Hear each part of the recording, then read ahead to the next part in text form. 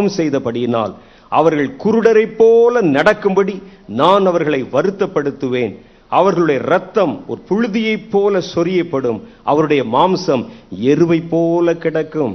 கர்த்தருடைய உக்கிரத்தின் நாளிலே அவர்கள் வெள்ளியும் அவருடைய பொன்னும் அவர்களை தப்புவிக்க மாட்டாது. அவருடைய எரிச்சலின் அக்னியினால் தேசமெல்லாம் அழியும், தேசத்தின் குடிகள் எல்லாம் சடுதியிலே நிர்மூலம் பண்ணுவார். கர்த்தருடைய கிருபை நிறைந்த வார்த்தைகள், கர்த்தருடைய இரக்கம் நிறைந்த வார்த்தைகள், கர்த்தருடைய அன்பை பற்றி வெளிப்படுத்தும் வார்த்தைகள் நிரம்பின வேதத்துல தான் இந்த வார்த்தையும் பதிவு செய்யப்பட்டிருக்கிறது என்பதை உங்கள் ஞாபகத்திற்கு கொண்டு வர விரும்புகிறேன். நீங்க ஒருவேளை எனக்கு இதெல்லாம் படிக்க பயமா இருக்குங்கன்னு சொல்லி விட்டாலும் அந்த நாள் வந்துதான் சேரும். இதெல்லாம் எங்களுக்கு வேண்டாம், வாக்குத்தத்தம் மாத்திரம் போதும் என்று நீங்கள் பற்றி கொண்டாலும் அந்த நாள் வந்துதான் சேரும். வேதம் சொல்லுகிறது கர்த்தருடைய நாள் வருகிறது, கர்த்தருடைய நாள் சமீபித்திருக்கிறது. செப்பனியாவின் காலத்தில் சொல்லப்பட்டதை விட இந்த காலத்தில் இந்த வார்த்தைகள் சொல்லப்படுவதுதான் இன்னும் சரியானதாயிருக்கும். ஏனென்றால் இந்த வார்த்தைகளை நான் நேற்றைய தினம் கேட்டேன். அவங்க சொல்றாங்க கர்த்தருடைய கோபாக்கினையின் நியாய தீர்ப்புகளை தேசங்கள் மேல் செலுத்த போகிற நாள் சமீபித்திருக்கிறது என்று சொல்ல கேட்டேன். புத்தகங்கள் திறக்கப்படுவதாக என்று சொன்னார்கள். வடக்கிலும் கிழக்கிலும் தெற்கிலும் மேற்கிலும் நிற்கிற பேரழிவுகளை உண்டு பண்ணுகிற சங்கார தூதர்களை நோக்கி அவைகளை தள்ளி போடுங்கள் என்று சொல்லப்படுகிற சப்தத்தை கேட்டேன். இந்த வார்த்தைகளை சொல்லியும் கேட்டும் ஏற்றுக்கொண்டும் இந்த வார்த்தைகளை கவனிக்கிற எவனும் தன்னுடைய நிர்விசாரத்திலே தொடர்ந்து நீடித்தால் இனி உலகத்திற்கு நேரிட போகிற தீமைகளிலிருந்து உங்களை தப்புவிப்பார் ஒருவரும் இல்லை என்று கர்த்தருடைய ஜீவனை கொண்டு உங்களுக்கு சொல்லிக்கொள்ள நான் விரும்புகிறேன். வேதம் சொல்லுது கர்த்தருடைய பெரிய நாள் வருகிறது, அது நம்மை கிட்டி சேர்ந்திருக்கிறது, மிகவும் தீவிரித்து வருகிறது. ஒரு சிவிங்கியின் ஓட்டகத்தை போல, ஒரு ஒட்டகத்தின் ஓட்டத்தை போல அது வெகு தீவிரமாய் ஓடிக்கொண்டு வருகிறது என்று வேத புஸ்தகத்தில் சொல்லப்பட்டிருக்கிறது. அது மாத்திரம் இல்லையா, கர்த்தருடைய நாள் என்ற சப்தத்திற்கு பராக்கிரமசாலி முதற்கொண்டாய் மனம் கசந்து அழுவான். அவனுடைய பலவானுடைய பலம் அவனை தப்புவிக்காது. ஒவ்வொருவருக்கும் தன்னுடைய பலம் என்பது ஒவ்வொரு காரியத்தில் இருக்கிறது. சிலருக்கு தன்னுடைய அந்த பலம் என்பது தன் மாம்சத்திலே இருக்கிறது, சிலருக்கு தாங்கள் சார்ந்திருக்கிற தன்னுடைய ஜாதியிலே இருக்கிறது, சிலருக்கு தாங்கள் சேர்த்து வைத்திருக்கிற பணத்தில் இருக்கிறது, சிலருக்கு தாங்கள் அடைந்து வைத்திருக்கிற அதிகாரத்தில் இருக்கிறது. ஆண்டவராகிய கர்த்தர் சொல்லுகிறார், நீர் எதன் நிமித்தமாய் உன்னை பராக்கிரமசாலியாய் காட்டிக்கொண்டாலும் பராக்கிரமசாலிகள் முதலாய் மனம் கசந்து அழுது அவன் புலம்பத்தக்கதான ஒரு நாள் சீக்கிரம் தீவிரித்து வருகிறது என்று கர்த்தர் சொல்லுகிறார். அது உக்கிரத்தின் நாளாம். உக்கிரம் என்றால் ஒரு கோபத்தின் உச்சகட்டம் என்று பொருள். உக்கிரம் என்றால் உச்சகட்டம். உச்சகட்டம் அதான் பீக், அதான் உயரம், அதான் சிகரம். இன்றைக்கு வெயில் பாருங்க, உக்கிரமா வெயில் அடிக்குது அப்படின்னு சொல்றாங்க. அப்படின்னா என்ன? அது உக்கிரம் என்றால் அதுதான் பீக், அதிகம், உச்சகட்டம். வேதத்தில் எழுதியிருக்கிறது அது உக்கிரத்தின் நாள். என்ன உக்கிரத்தின் நாள்?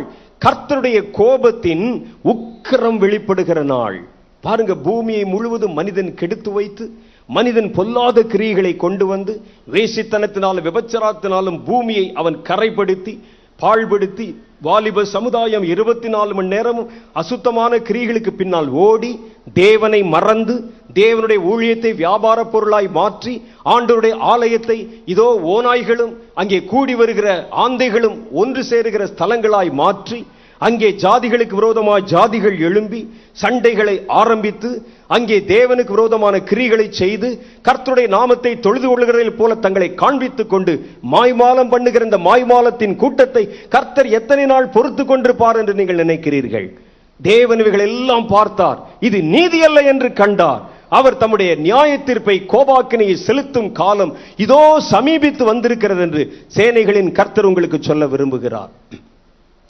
அந்த நாளுக்கு, அந்த ஒரே நாளுக்கு எத்தனை பேர் கொடுக்கப்பட்டிருக்கிற பாருங்க.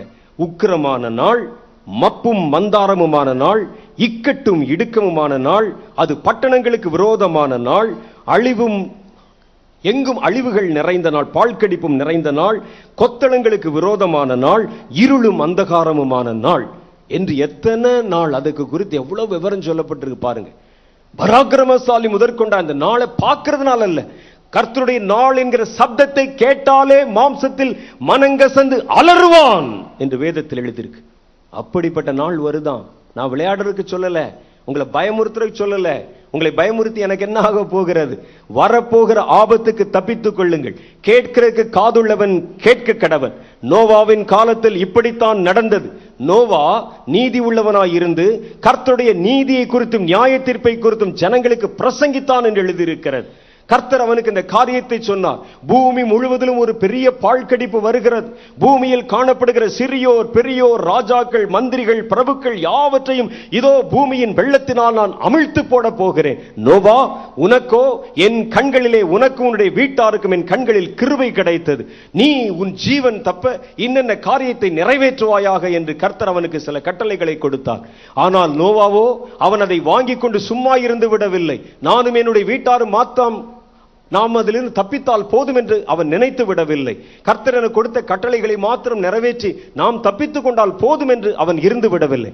உடனே வீதியில் இறங்கினான், ஜனங்களை சந்தித்தான், ஜனங்கள் கூடுகிற இடங்களில் போய் நின்றான். கர்த்தருடைய நீதியை குறித்தும் நியாய தீர்ப்பை குறித்தும் கர்ப்ப வேதனையோடு பிரசங்கித்தான்.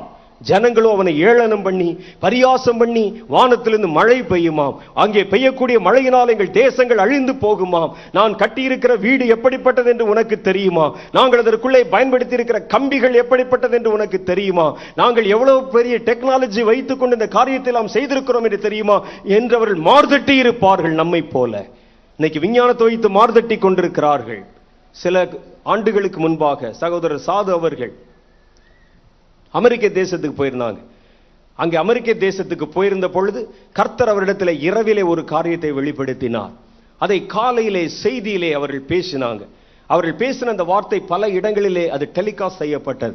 அதுல சொன்னாங்க, அமெரிக்கா தன்னுடைய பொருளாதாரத்திற்காக நம்பி இருக்கிற மிகப்பெரிய 2 கட்டிடங்கள், அது ட்வின்ஸ் பில்டிங் என்று சொல்லுவாங்க. அந்த ட்வின் பில்டிங்ல ரெண்டு கட்டடம் ஒரே மாதிரி இருக்கும். அங்கேதான் விலைகள் நிர்ணயம் பண்றாங்க. கர்த்தர் சொல்லுகிறார், நான் என்னுடைய நியாய தீர்ப்பை அதன் மேல் செலுத்த போகிறேன்.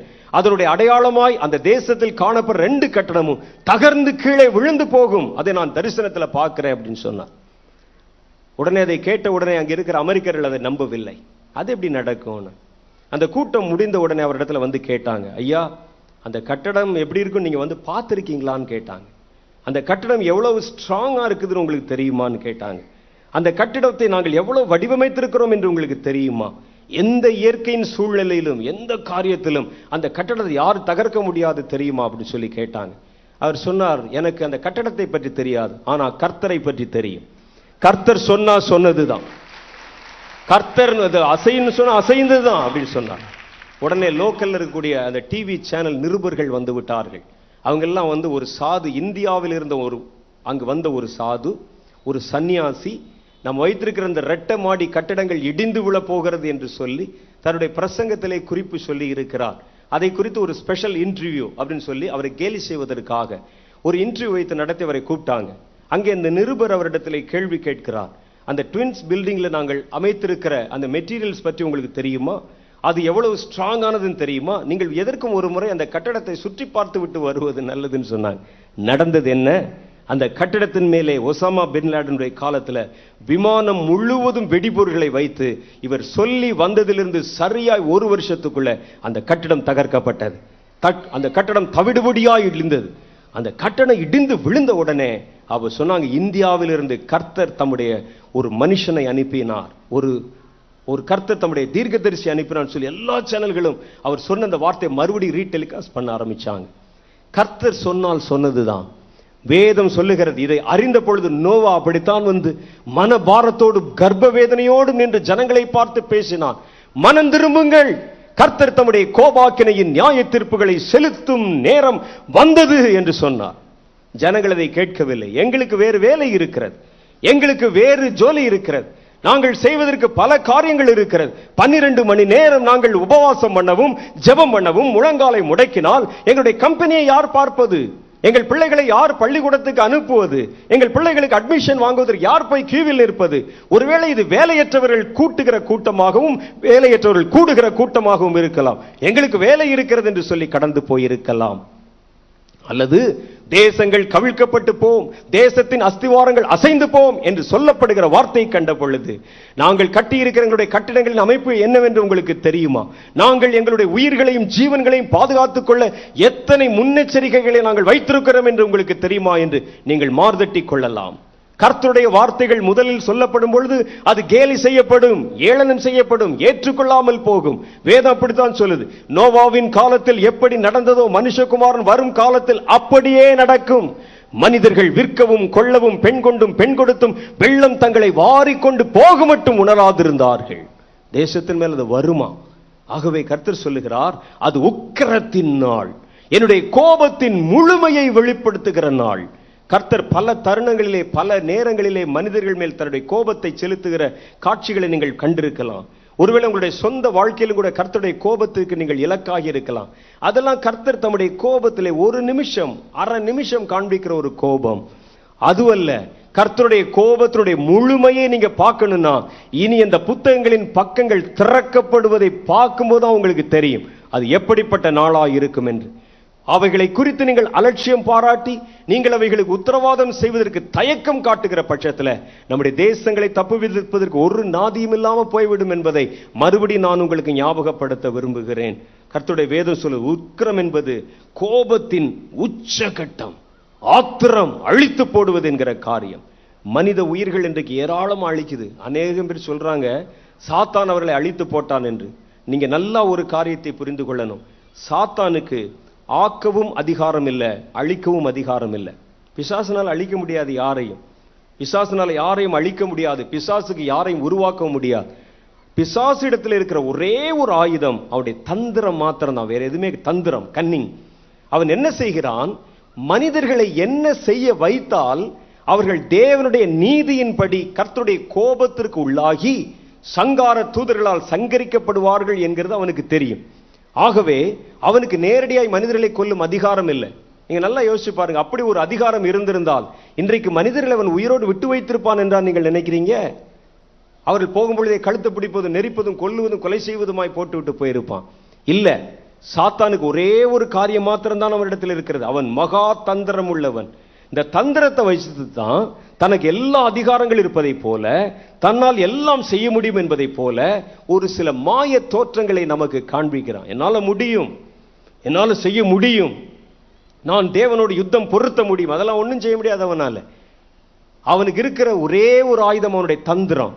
அவன் தன்னுடைய தந்திரத்தால் என்ன செய்கிறான் என்றால் மனிதர்களை தவறு செய்யவும் பாவம் செய்யவும் கர்த்தருக்கு விரோதமாய் அவர்களை மாற்றவும் அவருடைய மனங்களிலே குழப்பங்களை உண்டு பண்ணுகிறான். அவர்களை கர்த்தருக்கு விரோதமான பாவங்களை செய்ய வைக்கிறான். எந்த பாவத்தை செய்ய வைத்தால் மனிதர்களுக்கு மரண தண்டனை கிடைக்குமோ அந்த பாவங்களுக்கு ஏதுவாய் மனித சமுதாயத்தை, சந்ததியை, ஜாதிகளை நடத்துகிறான். அவர்களுக்கு முன்பாக காட்டப்படுகிற சிற்றின்பங்களை பார்த்து அவைகள் மேல் ஆசை கொண்டு மோகம் கொண்டு தன்னுடைய ஜீவனை இழந்து போகிறார்கள். பசியிலே நீந்தி கொண்டிருக்கிற மீனுக்கு ஒரு புழு அது கண்ணுக்கு முன்னால தெரியுதான். ஆனா அந்த புழுவை பிடித்து கொண்டிருக்கிற அந்த கொக்கி, அந்த தூண்டில், அதன் கயிறு அதனுடைய கண்களுக்கு தெரிவதில்லை.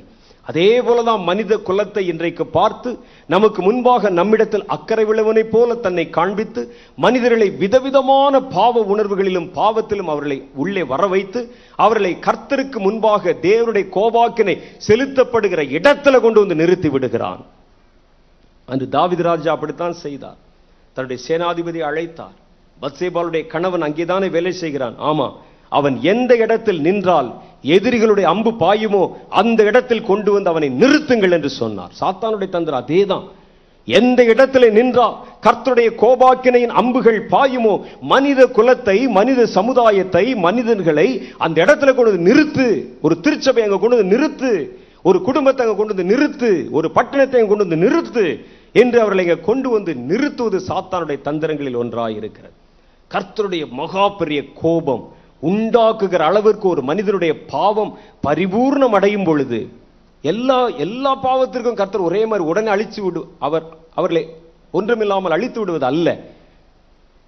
பாவத்தினுடைய பரிபூர்ணம் என்னென்ன காரியங்களிலே கர்த்தருடைய உக்கிரம் உண்டாகிறது என்று பாருங்கள். வேதம் சொல்லுது, 2 ராஜாக்களின் புஸ்தகம் 22வது அதிகாரத்திலே 13வது வசனம், கண்டெடுக்கப்பட்ட இந்த புஸ்தகத்தின் வார்த்தைகளின் நிமித்தம் நீங்கள் போய் எனக்காகவும் ஜனத்திற்காகவும் யூதா அனைத்திற்காகவும் கர்த்தரிடத்தில் விசாரியுங்கள்.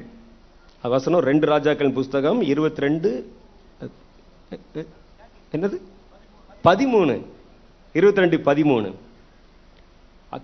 அதுல சொல்லுது, கண்டெடுக்கப்பட்ட இந்த புத்தகத்தின் வார்த்தைகள் நிமித்தம் நீங்கள் போய் எனக்காகவும் ஜனத்திற்காகவும் யூதா அனைத்திற்காகவும் கர்த்தரிடத்தில் விசாரியுங்கள். நமக்காக எழுதியிருக்கிற எல்லாவற்றின்படியையும் செய்ய நம்முடைய பிதாக்கள் இந்த புஸ்தகத்தின் வார்த்தைக்கு செவிகொடாதபடியினால் நம்மேல் பற்றி எரிந்த கர்த்தருடைய உக்கிரம் பெரியது என்றான். கர்த்தருடைய உக்கிரம் யார் மேல முதல்ல வரும் தெரியுமா? நாம் செய்யும்படிக்கு தேவன் எழுதி கொடுத்த அவருடைய வார்த்தைகளை அலட்சியம் பண்ணி அதை தூரமாக்கி செவிகொடாமல் போகிற பாவம் கர்த்தருடைய கோபத்தை, உக்கிரத்தை ஜனங்கள் மேல கொண்டு வரும். அப்படியானால் சாத்தான் கடைசி காலத்துல ஜனங்களை தேவனுடைய உக்கிரம் மூழ்கிற இடத்துல கொண்டு வந்து நிறுத்தணும்னா என்ன செய்யணும் தெரியுமா? வேதத்தில் இருந்து அவருடைய பார்வையை விலக்கிவிட வேண்டும். வேதம் கேட்கிற சப்தத்தை நிறுத்திவிட வேண்டும். வேதத்தின் மேல் அவர்கள் காண்பிக்கிற அக்கறையை குறைத்து விட வேண்டும். வேதத்தை அவர்கள் வாசித்து அதன்படி நடக்க வேண்டும் என்கிற தீர்மான உணர்வுகளை புறம்பாக்கிவிட வேண்டும். இப்ப சமீபத்தில் நடக்கிறது அதுதான். இன்றைக்கு பல சபைகளிலே, திருச்சபைகளில் பார்த்தீங்கன்னா வெறும் ஆர்ப்பரிப்பின் சத்தமும் ஆரவார சத்தம் உண்டு. இன்றைக்கு துதிகள், ஆராதனைகள் என்கிற பெயர்ல என்னென்னமோ பலவேறு விதமான குழப்பங்கள் நம்முடைய தேசங்களுக்குள்ளே கடந்து வர ஆரம்பித்து விட்டன. இன்றைக்கு துதிகளிலே ஒரு பரிசுத்தம் இல்லை, துதிக்கிறவரிடத்திலே ஒரு பரிசுத்தம் இல்லை. நான் 1978 வருஷம் ரட்சிக்கப்பட்டு நான் சபைக்கு போன பொழுது என்னுடைய சபையில எங்க பிரதர் 3 மணி நேரம் பிரசங்கம் பண்ணுவார். பிரசங்கமே 3 மணி நேரம். ஞாயிற்றுக்கிழமை ஆராதனைக்கு போனா 3 மணி நேரம் பிரசங்கம் பண்ணுவார்கள். நாங்கள் வாயத்தை ஆன்னு கேட்டுட்டு இருப்போம். வசனத்தில் இருக்கிற ஆழங்களை காண்பிப்பார்கள். அந்த வசனம் என்ன சொல்லுகிறது என்று சொல்லுவார்கள். முகத்தாட்சியம் இல்லாமல் பேசுவார்கள். கர்த்தருடைய வாயின் வார்த்தைகளை பிரித்து ஒவ்வொரு காரியத்தினுடைய அர்த்தம், வியாக்கியானம் இதுதான் என்று சொல்லுவார்கள். அப்புறம் பாட்டு, அப்புறம் கொஞ்ச நேரம் ஜெபம், அப்புறம் காணிக்கை, அப்புறம் அறிவிப்பு. ஞாயிற்றுக்கிழமை காலையில 9 மணிக்கு நாங்கள் ஆராதனைக்கு போனா மத்தியானம் 2 மணி 3 மணி தான் வீடு திரும்பி வரும். சந்தோஷமாக இருந்தது. இன்றைக்கு பாத்தீங்கன்னா இன்ஸ்டன்ட் ஆராதனைகள். இன்னைக்கு கர்த்தருடைய வார்த்தையை தேடுகிறவர்கள் இல்லை. அங்கே துதிகளின் சப்தம் நிரம்பி இருக்கிறது. கர்த்தரை துதிக்க கூடாதுன்னு நான் சொல்லல, ஆனால் எல்லாவற்றுக்கும் ஒரு அளவு இருக்கிறது, ஒரு ஒழுங்கு இருக்கிறது. ஜெபிக்க கூடாதுன்னு சொல்லல, அதற்கு ஒரு அளவு இருக்கிறது, ஒழுங்கு இருக்கிறது. நாம் தேவனுடைய வார்த்தையை படிக்கிற அதற்கு ஒரு அளவு இருக்கிறது, ஒழுங்கு இருக்கு. எல்லாவற்றையும் கர்த்தர் வைத்திருக்கிறார். ஏதாவது ஒன்றை பிடித்துக் கொண்டு மற்றதை நீங்கள் விட்டு விலகிவிடக் கூடாது. என்றைக்கு தேவனுடைய வாயின் வார்த்தைகளுக்கு ஜனங்கள் திரும்புவதை விட்டு வீணான சப்தங்களுக்கும் வீணான கிரியைகளுக்கும் ஆடம்பரங்களுக்குமாய் தங்களுடைய பார்வையை திருப்பினார்களோ கர்த்தருடைய கோபாக்கினை இங்கே உள்ளே வரப்போகிறது. கர்த்தருடைய வேதம் தான் சொல்லுது. கர்த்தர் தன்னை அலட்சியப்படுத்துகிறார்கள் மனிதர்கள் என்பதை எதை வைத்து நிர்ணயம் பண்ணுகிறார்னா, எவன் ஒருவன் தேவனுடைய வாயின் வார்த்தையை தள்ளிவிடுகிறானோ அவன் கர்த்தரை தள்ளிவிடுகிறான் என்று பொருள். ஏனென்றால் கர்த்தருடைய வேதம் சொல்லுது, ஆதியிலே வார்த்தை இருந்தது, அந்த வார்த்தை தேவனிடத்தில் இருந்தது, அந்த வார்த்தை தேவனாயிருந்தது. அந்த வார்த்தையை தள்ளிவிடுகிறவன் வார்த்தை அல்ல, தேவனையே தள்ளிவிடுகிறான். வேதத்தில் எழுதியிருக்கிறது, இந்த புஸ்தகத்தின் வார்த்தைகளுக்கு செவிகொடாதபடியினால் நம்மேல் பற்றி எறிந்த கர்த்தருடைய உக்கிரம் பெரியது என்று சொல்லப்பட்டிருக்கிறதை கர்த்தருடைய வேதம் சொல்லுது. தேவனுடைய வார்த்தைக்கு திரும்புவோம் வாருங்கள். கர்த்தருடைய வார்த்தையின்படி நம்மை செய்வதற்கு ஒப்புக் கொடுக்காத தேசம், கர்த்தருடைய வார்த்தையை கற்றுக் கொடுக்காத திருச்சபை, கர்த்தருடைய வார்த்தைக்கு நடுங்காத தேவனுடைய மனிதர்கள், கர்த்தருடைய வார்த்தையை அவர்கள் தன்னுடைய வாயிலே வைத்திருக்காத தேவனுடைய ஜனங்கள், இவைகள் நிரம்பி இருக்கிற தேசத்தையும் திருச்சபையும் கர்த்தருடைய ஜனங்களின் குடும்பங்களை நீங்கள் காணும் பொழுது நீங்கள் பட்டவர்த்தமாய் சொல்லலாம், அந்த தேசத்திற்கு ஐயோ என்று சொல்லலாம். நீ கர்த்தருடைய வேதத்தை மறந்தாய், கர்த்தர் உன் பிள்ளைகளை மறந்து விடுவார் என்று வேதத்தில் எழுதியிருக்கு. தான் இன்றைக்கு நடந்து கொண்டிருக்கிறது. கர்த்தருடைய வேதத்திற்கு திரும்புவோம் வாருங்கள். இரண்டாவது காரியம், கர்த்தருடைய உக்கிரம் எப்போ உண்டாகுதான்? 2 ராஜாக்களின் புஸ்தகம் 22:17 சொல்லி இருக்கிறது. அவங்க சொல்றாங்க தொடர்ந்து, அவர்கள் என்னை விட்டு அவருடைய கைகளின் கிரியைகள் எல்லாவற்றுக்கும் எனக்கு கோபம் உண்டாக்க வேறே தேவர்களுக்கு தூபம் காட்டினபடினால் என் உக்கிரம் இந்த ஸ்தலத்தின் மேலும் அது பற்றி எரியும், அது அவிழ்ந்து போவது இல்லை என்று கர்த்தர் சொல்லுகிறார் என்று சொல்லுங்கள். இரண்டாவது தேவன் அருவருக்கிற பெரிய பாவம் என்னன்னா, விக்கிரகங்கள். மனிதர்கள் தங்களுடைய கையின் கிரியைகளை ஆராதிக்க துவங்கினார்கள்.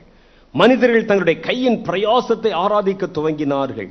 மனிதர்கள் தங்களுக்கென்று அவர்கள் உண்டாக்கி கொண்ட விக்கிரகங்களை அவர்கள் ஏராளமாய் வந்து உருவாக்கி கொண்டார்கள். ரத்தம் சிந்தினார்கள், மாம்சத்தை கீறி கொண்டார்கள், கிழித்து கொண்டார்கள்.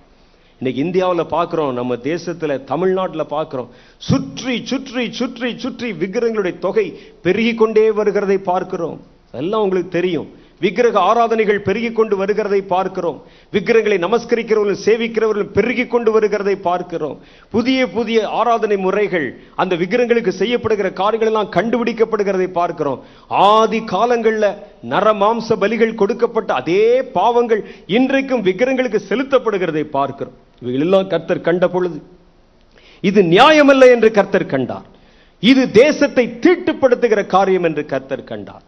இந்த விக்கிரகங்களின் ஆராதனைகளை குறித்தும் விக்கிரகங்கள் தேசத்தை தீட்டுப்படுத்துகிற அநேக காரியங்களுக்காக நம்ம ஜெபித்திருக்கிறோம். இன்னைக்கு நீங்கள் இதில் அறியாத வேறொரு காரியம் இருக்கிறது. விக்கிரகம் வெறும் கல் விக்கிரகம் மாத்திரமல்ல, அவருடைய கையின் பிரயாசங்கள் விக்கிரகங்கள்.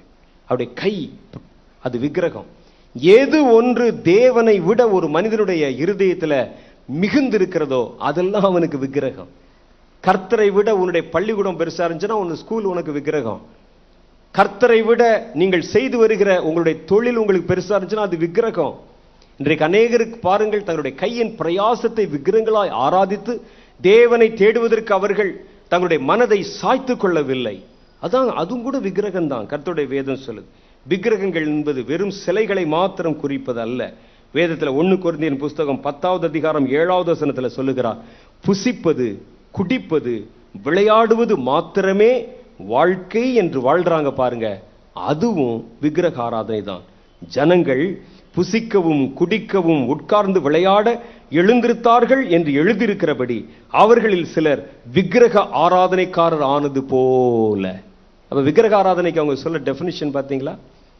வெறும் ஒரு கோயில்களுக்கு போய் சிலைகளை வணங்குறது மாத்திரம் இல்லையா, அவர்கள் புசிப்பதும் குடிப்பதும் விளையாடுவது மாத்திரமே வாழ்க்கை என்று. இந்தியாவில் விளையாட்டின் பின்னால் ஓடுவதற்கு ஒரு பெரிய கூட்டம் இருக்கிறது. அது ஏற்கனவே தீர்மானம் செய்யப்பட்டு பிக்சேஷன் எல்லாம் ஆகி நடத்தப்படுகிறது சொன்னாலும் தங்களுடைய நேரத்தை, தங்களுடைய வேலை எல்லாவற்றையும் விட்டுவிட்டு அதன் பின்னால் ஓடுவதற்கு ஒரு பெரிய கூட்டம் இருக்கிறது. அந்த விளையாட்டு இன்றைக்கு ஒரு பெரிய சூதாட்டமாய் மாறி இருக்கிறது. அநேக ஜனங்களுடைய இருதயத்தை பிடித்திருக்கிறது. நீங்க சொல்ல இது ஒரு விளையாட்டு தானே, இது ஒரு ஸ்போர்ட்ஸ் தானே, அந்த விளையாட்டை தானே பார்த்து கொண்டிருக்கிறோம், இந்த விளையாட்டில் தானே நாங்கள் நேரம் செலவழித்துக் கொண்டிருக்கிறோம், கம்ப்யூட்டரில் நாங்கள் கெட்ட காரியங்களை பார்த்தோம், கேம்ஸ் தானே விளையாடி கொண்டிருக்கிறோம். வேதம் சொல்லுகிறது பாருங்கள், உட்கார்ந்து விளையாடவும். சீட்டு விளையாடுறது உட்கார்ந்து விளையாடுறதா, செஸ் விளையாடுறது உட்கார்ந்து விளையாடுறதா, உட்கார்ந்தவர்கள் விளையாடுகிறதை பார்த்து கொண்டிருக்கிறது விளையாடுவதுதான். விளையாடக்கூடாது என்பது அல்ல. வேதத்தில் போட்டு அதுவே வாழ்க்கை என்று அமர்ந்திருக்கிறார்கள் அவர்கள். இதுவே அவர்களுக்கு வாழ்க்கை. அவர்கள் புசிப்பதும் குடிப்பதும், எப்படி சாப்பிடுறது பாவமா, அப்ப குடிக்கிறது பாவமா, விளையாடுவது பாவமா? அதுவே வாழ்க்கை என்று இருந்தால் அது பாவம் என்று கர்த்தருடைய வேதம் சொல்லுது.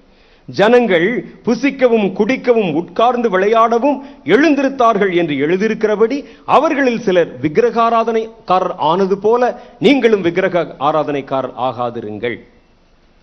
நோவாவின் காலத்தில் அப்படித்தான் ஜனங்கள் புசிப்பதும் குடிப்பதும், பெண் கொண்டும் பெண் கொடுப்பதும், வெள்ளம் தங்களை வாரிக்கொண்டு போகும் வரைக்கும் உணராதிருந்தாங்க. அவனுக்கு சிந்தனையெல்லாம் வெறும் சாப்பாடு தான், அவனுடைய சிந்தனையெல்லாம் குடிப்பது தான், அவனுடைய சிந்தனையெல்லாம் விளையாடுவதுதான், வீண் பொழுதுகளிலே தன்னுடைய நேரத்தை செலவிடுவதுதான். ஒரு தேசத்தில் அவர்கள் பெருகி வர காணும் பொழுது நீங்கள் விளையாட்டின் பின்னால ஜனங்கள் திரளா போகிறத பார்க்கும் பொழுது நீங்கள் அதுவும் விக்கிரக ஆராதனை தான் என்பதை நீங்கள் புரிந்து கொள்ள வேண்டும். நீங்க அப்படிதான் நடக்குது. அங்க IPL மேட்ச் வைக்கிறாங்க, அது வைக்கிறான் இது வைக்கிறான்னு சொல்லி. நல்லவேளை எனக்கு கிரிக்கெட்ல ஸ்பெல்லிங் மாத்திரம் தவிர வேறு எதுவுமே தெரியாது. எனக்கு காலேஜில் படிக்கும்போது, நாங்கள் படிக்கும் போதெல்லாம் டிரான்ஸ்லேட் வச்சிருப்பாங்க கையில், டிரான்ஸ்லேட் வச்சுட்டு அப்படியே பசங்க கேட்டுக்கொண்டே போவார்கள். எனக்கு இப்போ வரைக்கும் அது தெரியவே தெரியாது. கிரிக்கெட்ல ஸ்பெல்லிங் மாத்திரம் தான் தெரியும் எனக்கு. ஆனால் அதற்காக விளையாட்டு பார்க்கக்கூடாதுன்னு சொல்லல, விளையாடக்கூடாதுன்னு சொல்லல, விளையாடவே அவர்கள் எப்பொழுதும் அமர்ந்திருந்தார்கள். இன்னைக்கு பாருங்க, அதை வச்சு எவ்வளவு பெரிய பெரிய பிசினஸ் நடக்குது, சூதாட்டங்கள் நடக்குது, தெரியுது எல்லாருக்கும். இந்த முறை நீ தோற்றுப்போ, அடுத்த முறை நான் தோற்றுப்போ தெரியுது. தெரிந்தாலும் பந்தயம் கட்டி கொண்டு மனிதர்கள் தங்களுடைய வாழ்க்கையே இதுதானோ என்று நினைத்து கொண்டிருக்கிறாங்க. அது விக்கிரக ஆராதனை. நீங்க அதுக்காகவும் ஜெபம் பண்ணணும். விக்கிரக ஆராதனை இவைகள் பெருகிறதை கர்த்தர் காணும் பொழுது விக்கிரக ஆராதனை பெருகிறதாகவே கர்த்தர் காண்கிறார். எபேசியர்களின் நிருபம் 5வது அதிகாரம் 5வது வசனம், கொலோசையர்களின் நிருபம் 3வது அதிகாரம் 5வது வசனம் வேறொரு காரியத்தை சொல்லுகிறது. விபச்சாரக்காரனாவது, அசுத்தனாவது, விக்கிரக ஆராதனைக்காரனாகிய அந்த பொருளாசைக்காரனாவது தேவனுடைய ராஜ்யமாகிய கிறிஸ்துவின் ராஜ்யத்திலே சுதந்திரம் அடைவதில்லை என்று அறிந்திருக்கிறீர்களே என்கிறார். விக்கிரக ஆராதனை என்பது வெறும் சிலையை மாத்திரம் ஆராதிப்பதல்ல, ஒரு பணத்து மேல, காசு மேல வைக்கிற ஆசை. நீங்க நல்லா ஒரு காரியத்தை புரிந்து கொள்ளணும். ஒரு பணம் என்பது பாவம் அல்ல, பணத்தின் மேல் வைக்கிற ஆசைதான் பாவம். ஒரு பணம் என்பது நமக்கு தேவைதான், பணத்தை தான் நாம் செலவழிக்கிறோம், பணம் தான் நமக்கு தேவை. ஆனால் பணத்தின் மேல் வைக்கிற ஆசை இருக்கிற பாருங்க, பொருள் ஆசை. அந்த பொருள் ஆசை இன்னைக்கு மனிதனுடைய வீட்டில் நீங்களே போய் பாருங்களேன், உங்க வீட்டில் உங்களுக்கு பொருள் ஆசை இருக்கிறதா இல்லையா என்பதை ஒரு சின்ன சோதனையிலே நீங்கள் தெரிந்து கொள்ளலாம். நேரா வீட்டுக்கு போங்க, உங்க வீட்டு கதவை திறந்து உங்க வீட்டை கொஞ்ச நேரம் பாருங்க. உங்க வீட்டில் என்னென்ன தேவையற்ற பொருள் எல்லாம் வாங்கி வச்சிருக்கீங்கன்னு பாருங்க. எது தேவையுள்ள பொருள், எது தேவையற்ற பொருள்? எந்த ஒரு பொருளை நீங்க 3 மாசம் 4 மாசம் உபயோகப்படுத்தாம அப்படியே வச்சிருக்கீங்களோ அதெல்லாம் தேவையற்ற பொருள். எவ்வளவு பொருள்களை வாங்கி சேர்த்து வச்சிருப்போம் பாருங்க, அப்படியே சேர்த்து வச்சிருப்போம். கடைக்கு போவோம், அது வேணுமான்னு தெரியாது, வேணாம் பார்த்த உடனே ஆசையா இருக்கும், வாங்கி கொண்டு வைப்போம். 2 நாள் உபயோகப்படுத்தியிருப்போம், 3ஆம் நாள் அப்படியே அப்படி இருக்கும். அப்ப தேவையற்ற எவ்வளவு காரியங்களை சேர்த்து வச்சிருக்கோம், அதான் பொருள் ஆசை. சிலர் பாருங்கள், இன்னும் இன்னும் இன்னும் இன்னும் தேவை என்று சொல்லி நம்முடைய இந்திய தேசம் இன்னைக்கு ஒரு பெரிய ஒரு பொருளாதார வீழ்ச்சியை நோக்கி கடந்து போகிறது.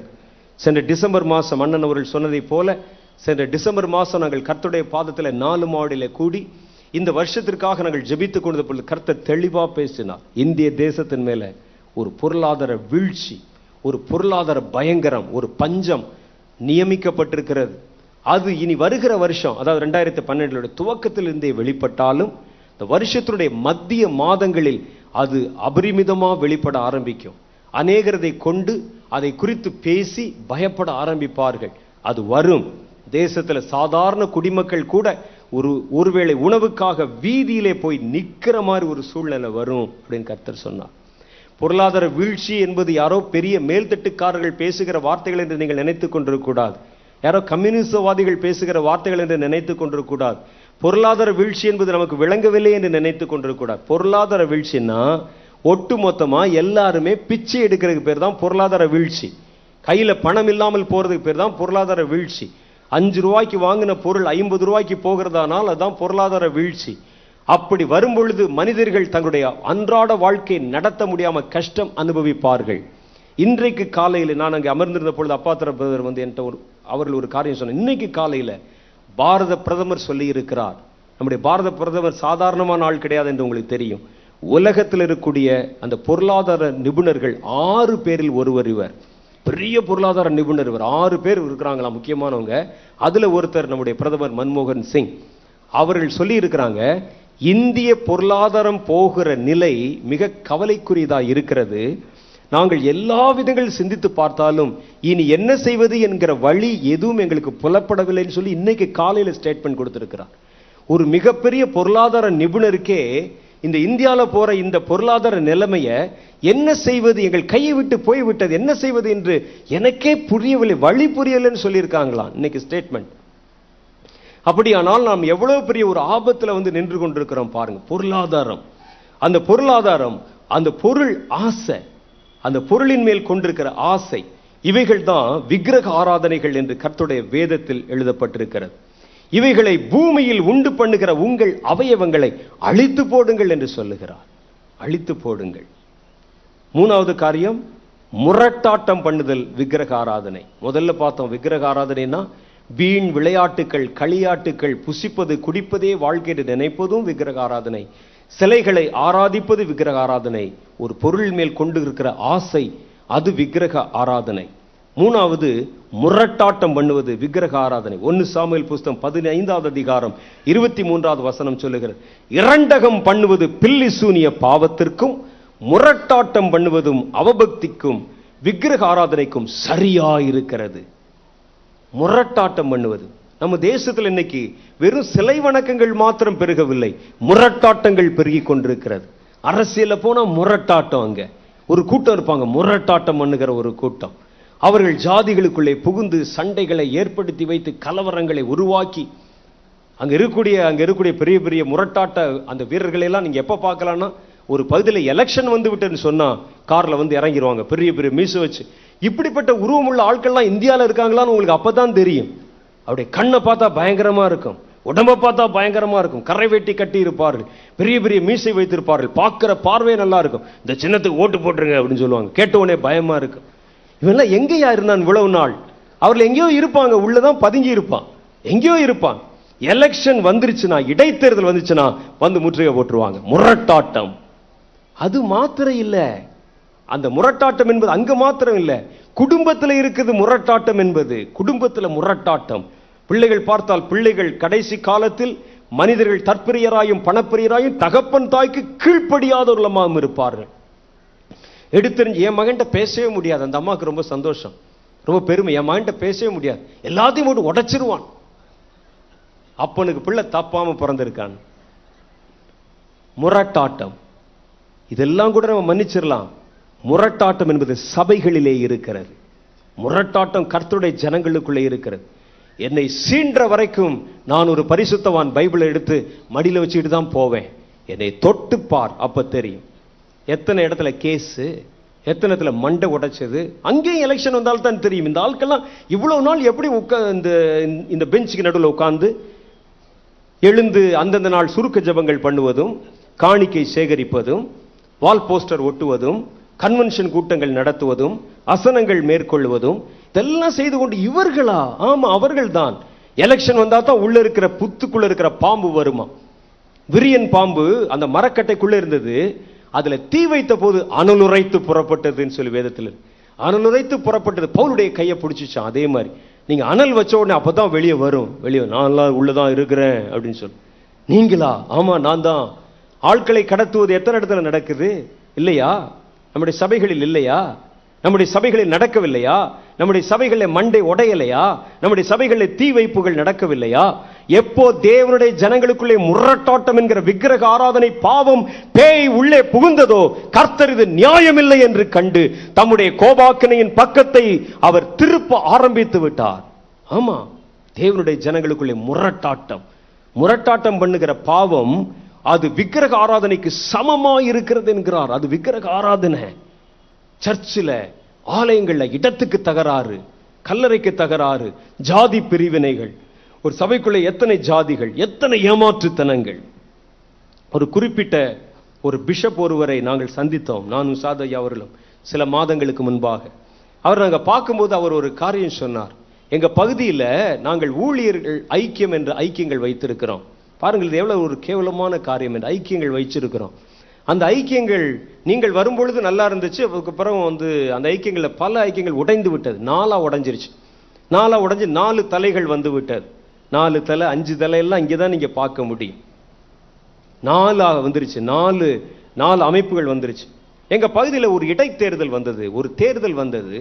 தேர்தல் வந்த நேரத்தில் தேர்தல் நடத்துகிறவர்கள், அங்க இருக்கக்கூடிய சில கட்சிகள் பணம் கொடுக்கிறவர்கள் என்று கேள்விப்பட்டு ஒரு தலை என்ன செய்ததுன்னா, ஒரு லிஸ்ட் எடுத்துக்கொண்டு போய் அந்த கேண்டிடேட்டை போய் சந்தித்தார்கள். அவரை சந்திச்சு அவர்கிட்ட ஒரு லிஸ்ட் கொடுத்தாங்களாம். லிஸ்ட் கொடுத்து, ஐயா, எங்களுக்கு கீழே 600 போதகர்கள் இருக்கிறாங்க. 600 போதகர்கள். ஒவ்வொரு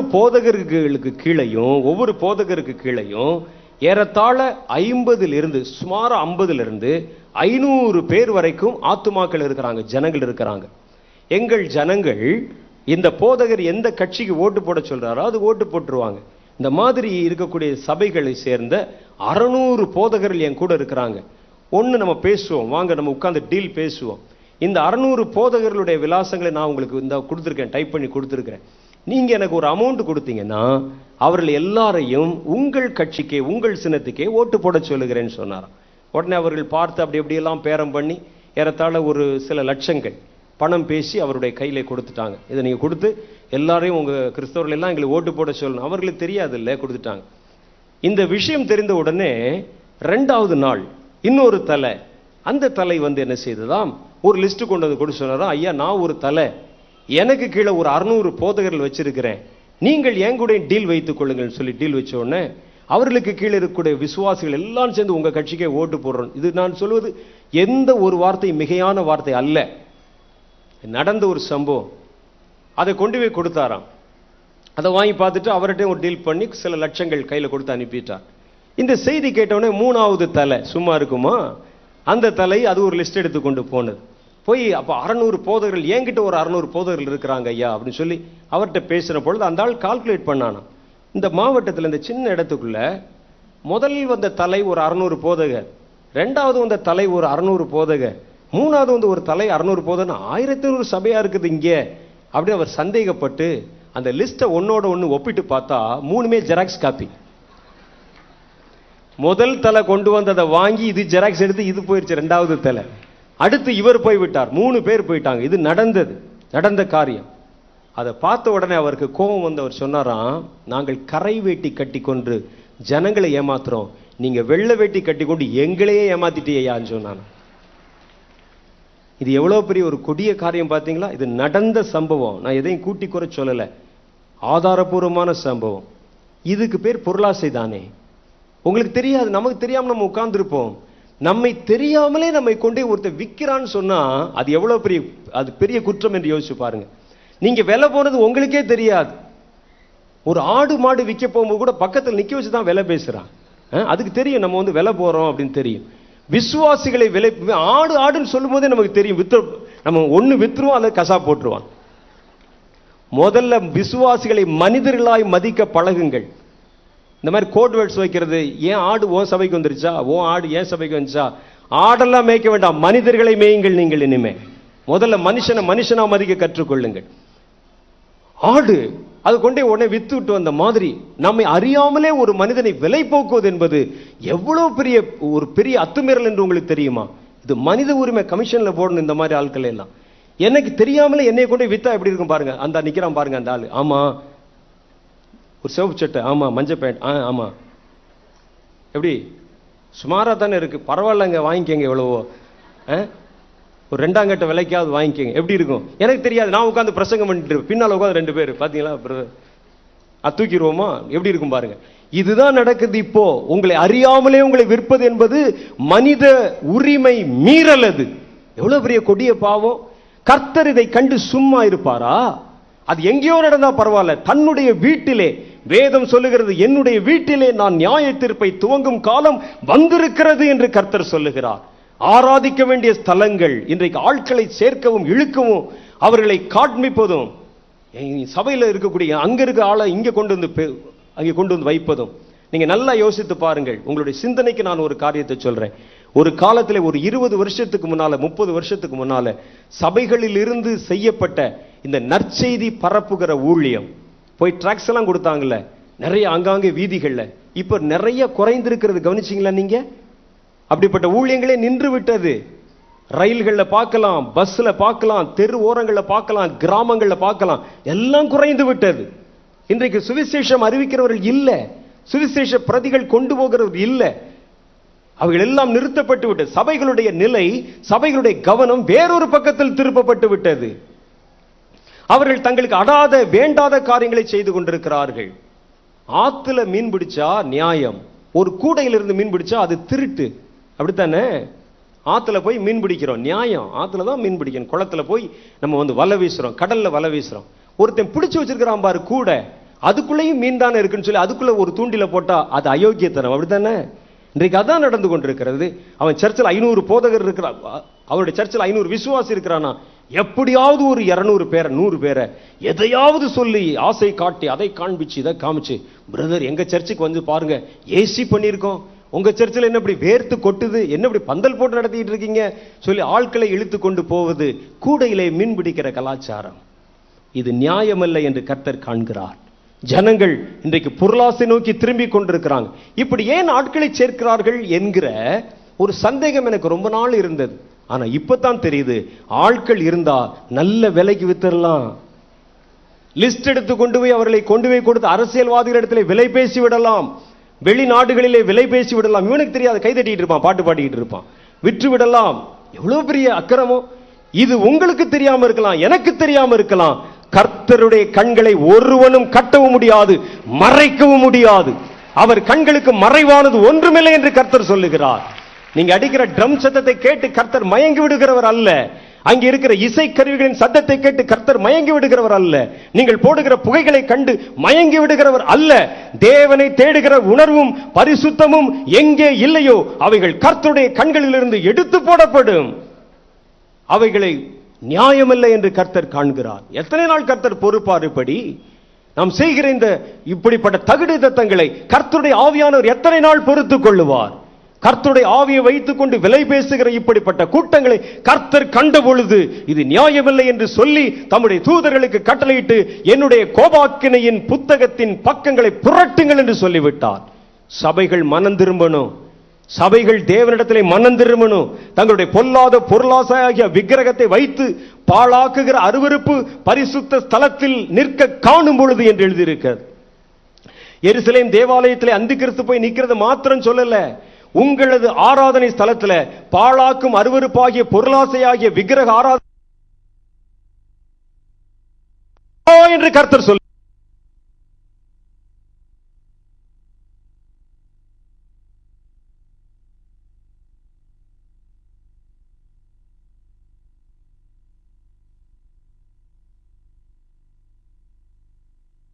கர்த்தர் காண்கிறார்.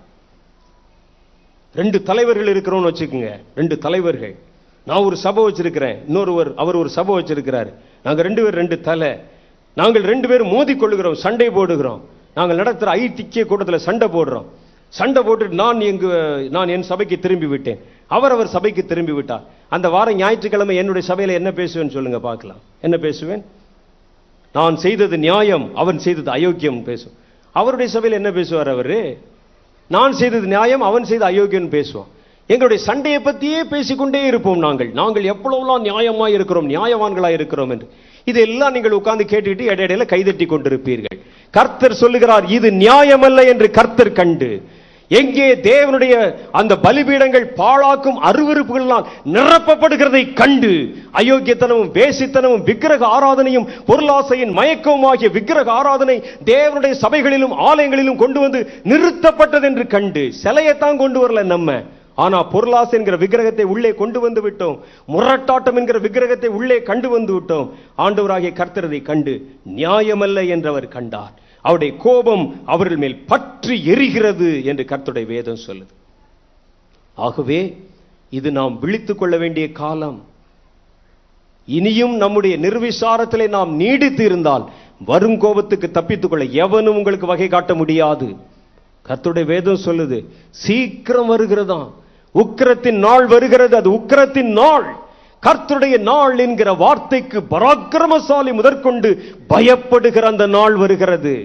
எவன் அங்கே நிற்க முடியும்? சபை தன்னுடைய உத்தரவாதத்தை இழந்து போனா எவன் அங்கே போய் நிற்க முடியும்?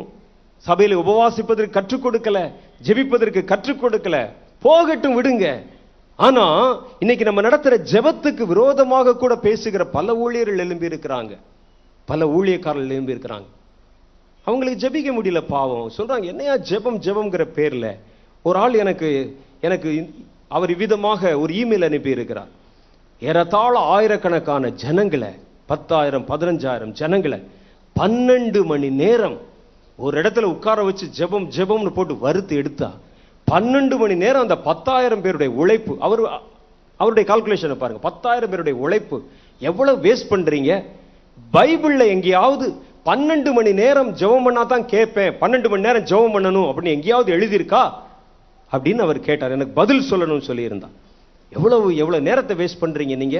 அந்த காலத்தில் பாருங்கள், இயேசு ஜெபித்த பொழுது 2 வார்த்தை சொன்னார். அப்பாலே போ சாத்தானே சொன்னார். கர்த்தர் கடல்ல போய் கொண்டு போய் ஜெபித்தார், இறையாதே அமைதலா இரு, அவ்வளவுதானே ஜெபித்தார்.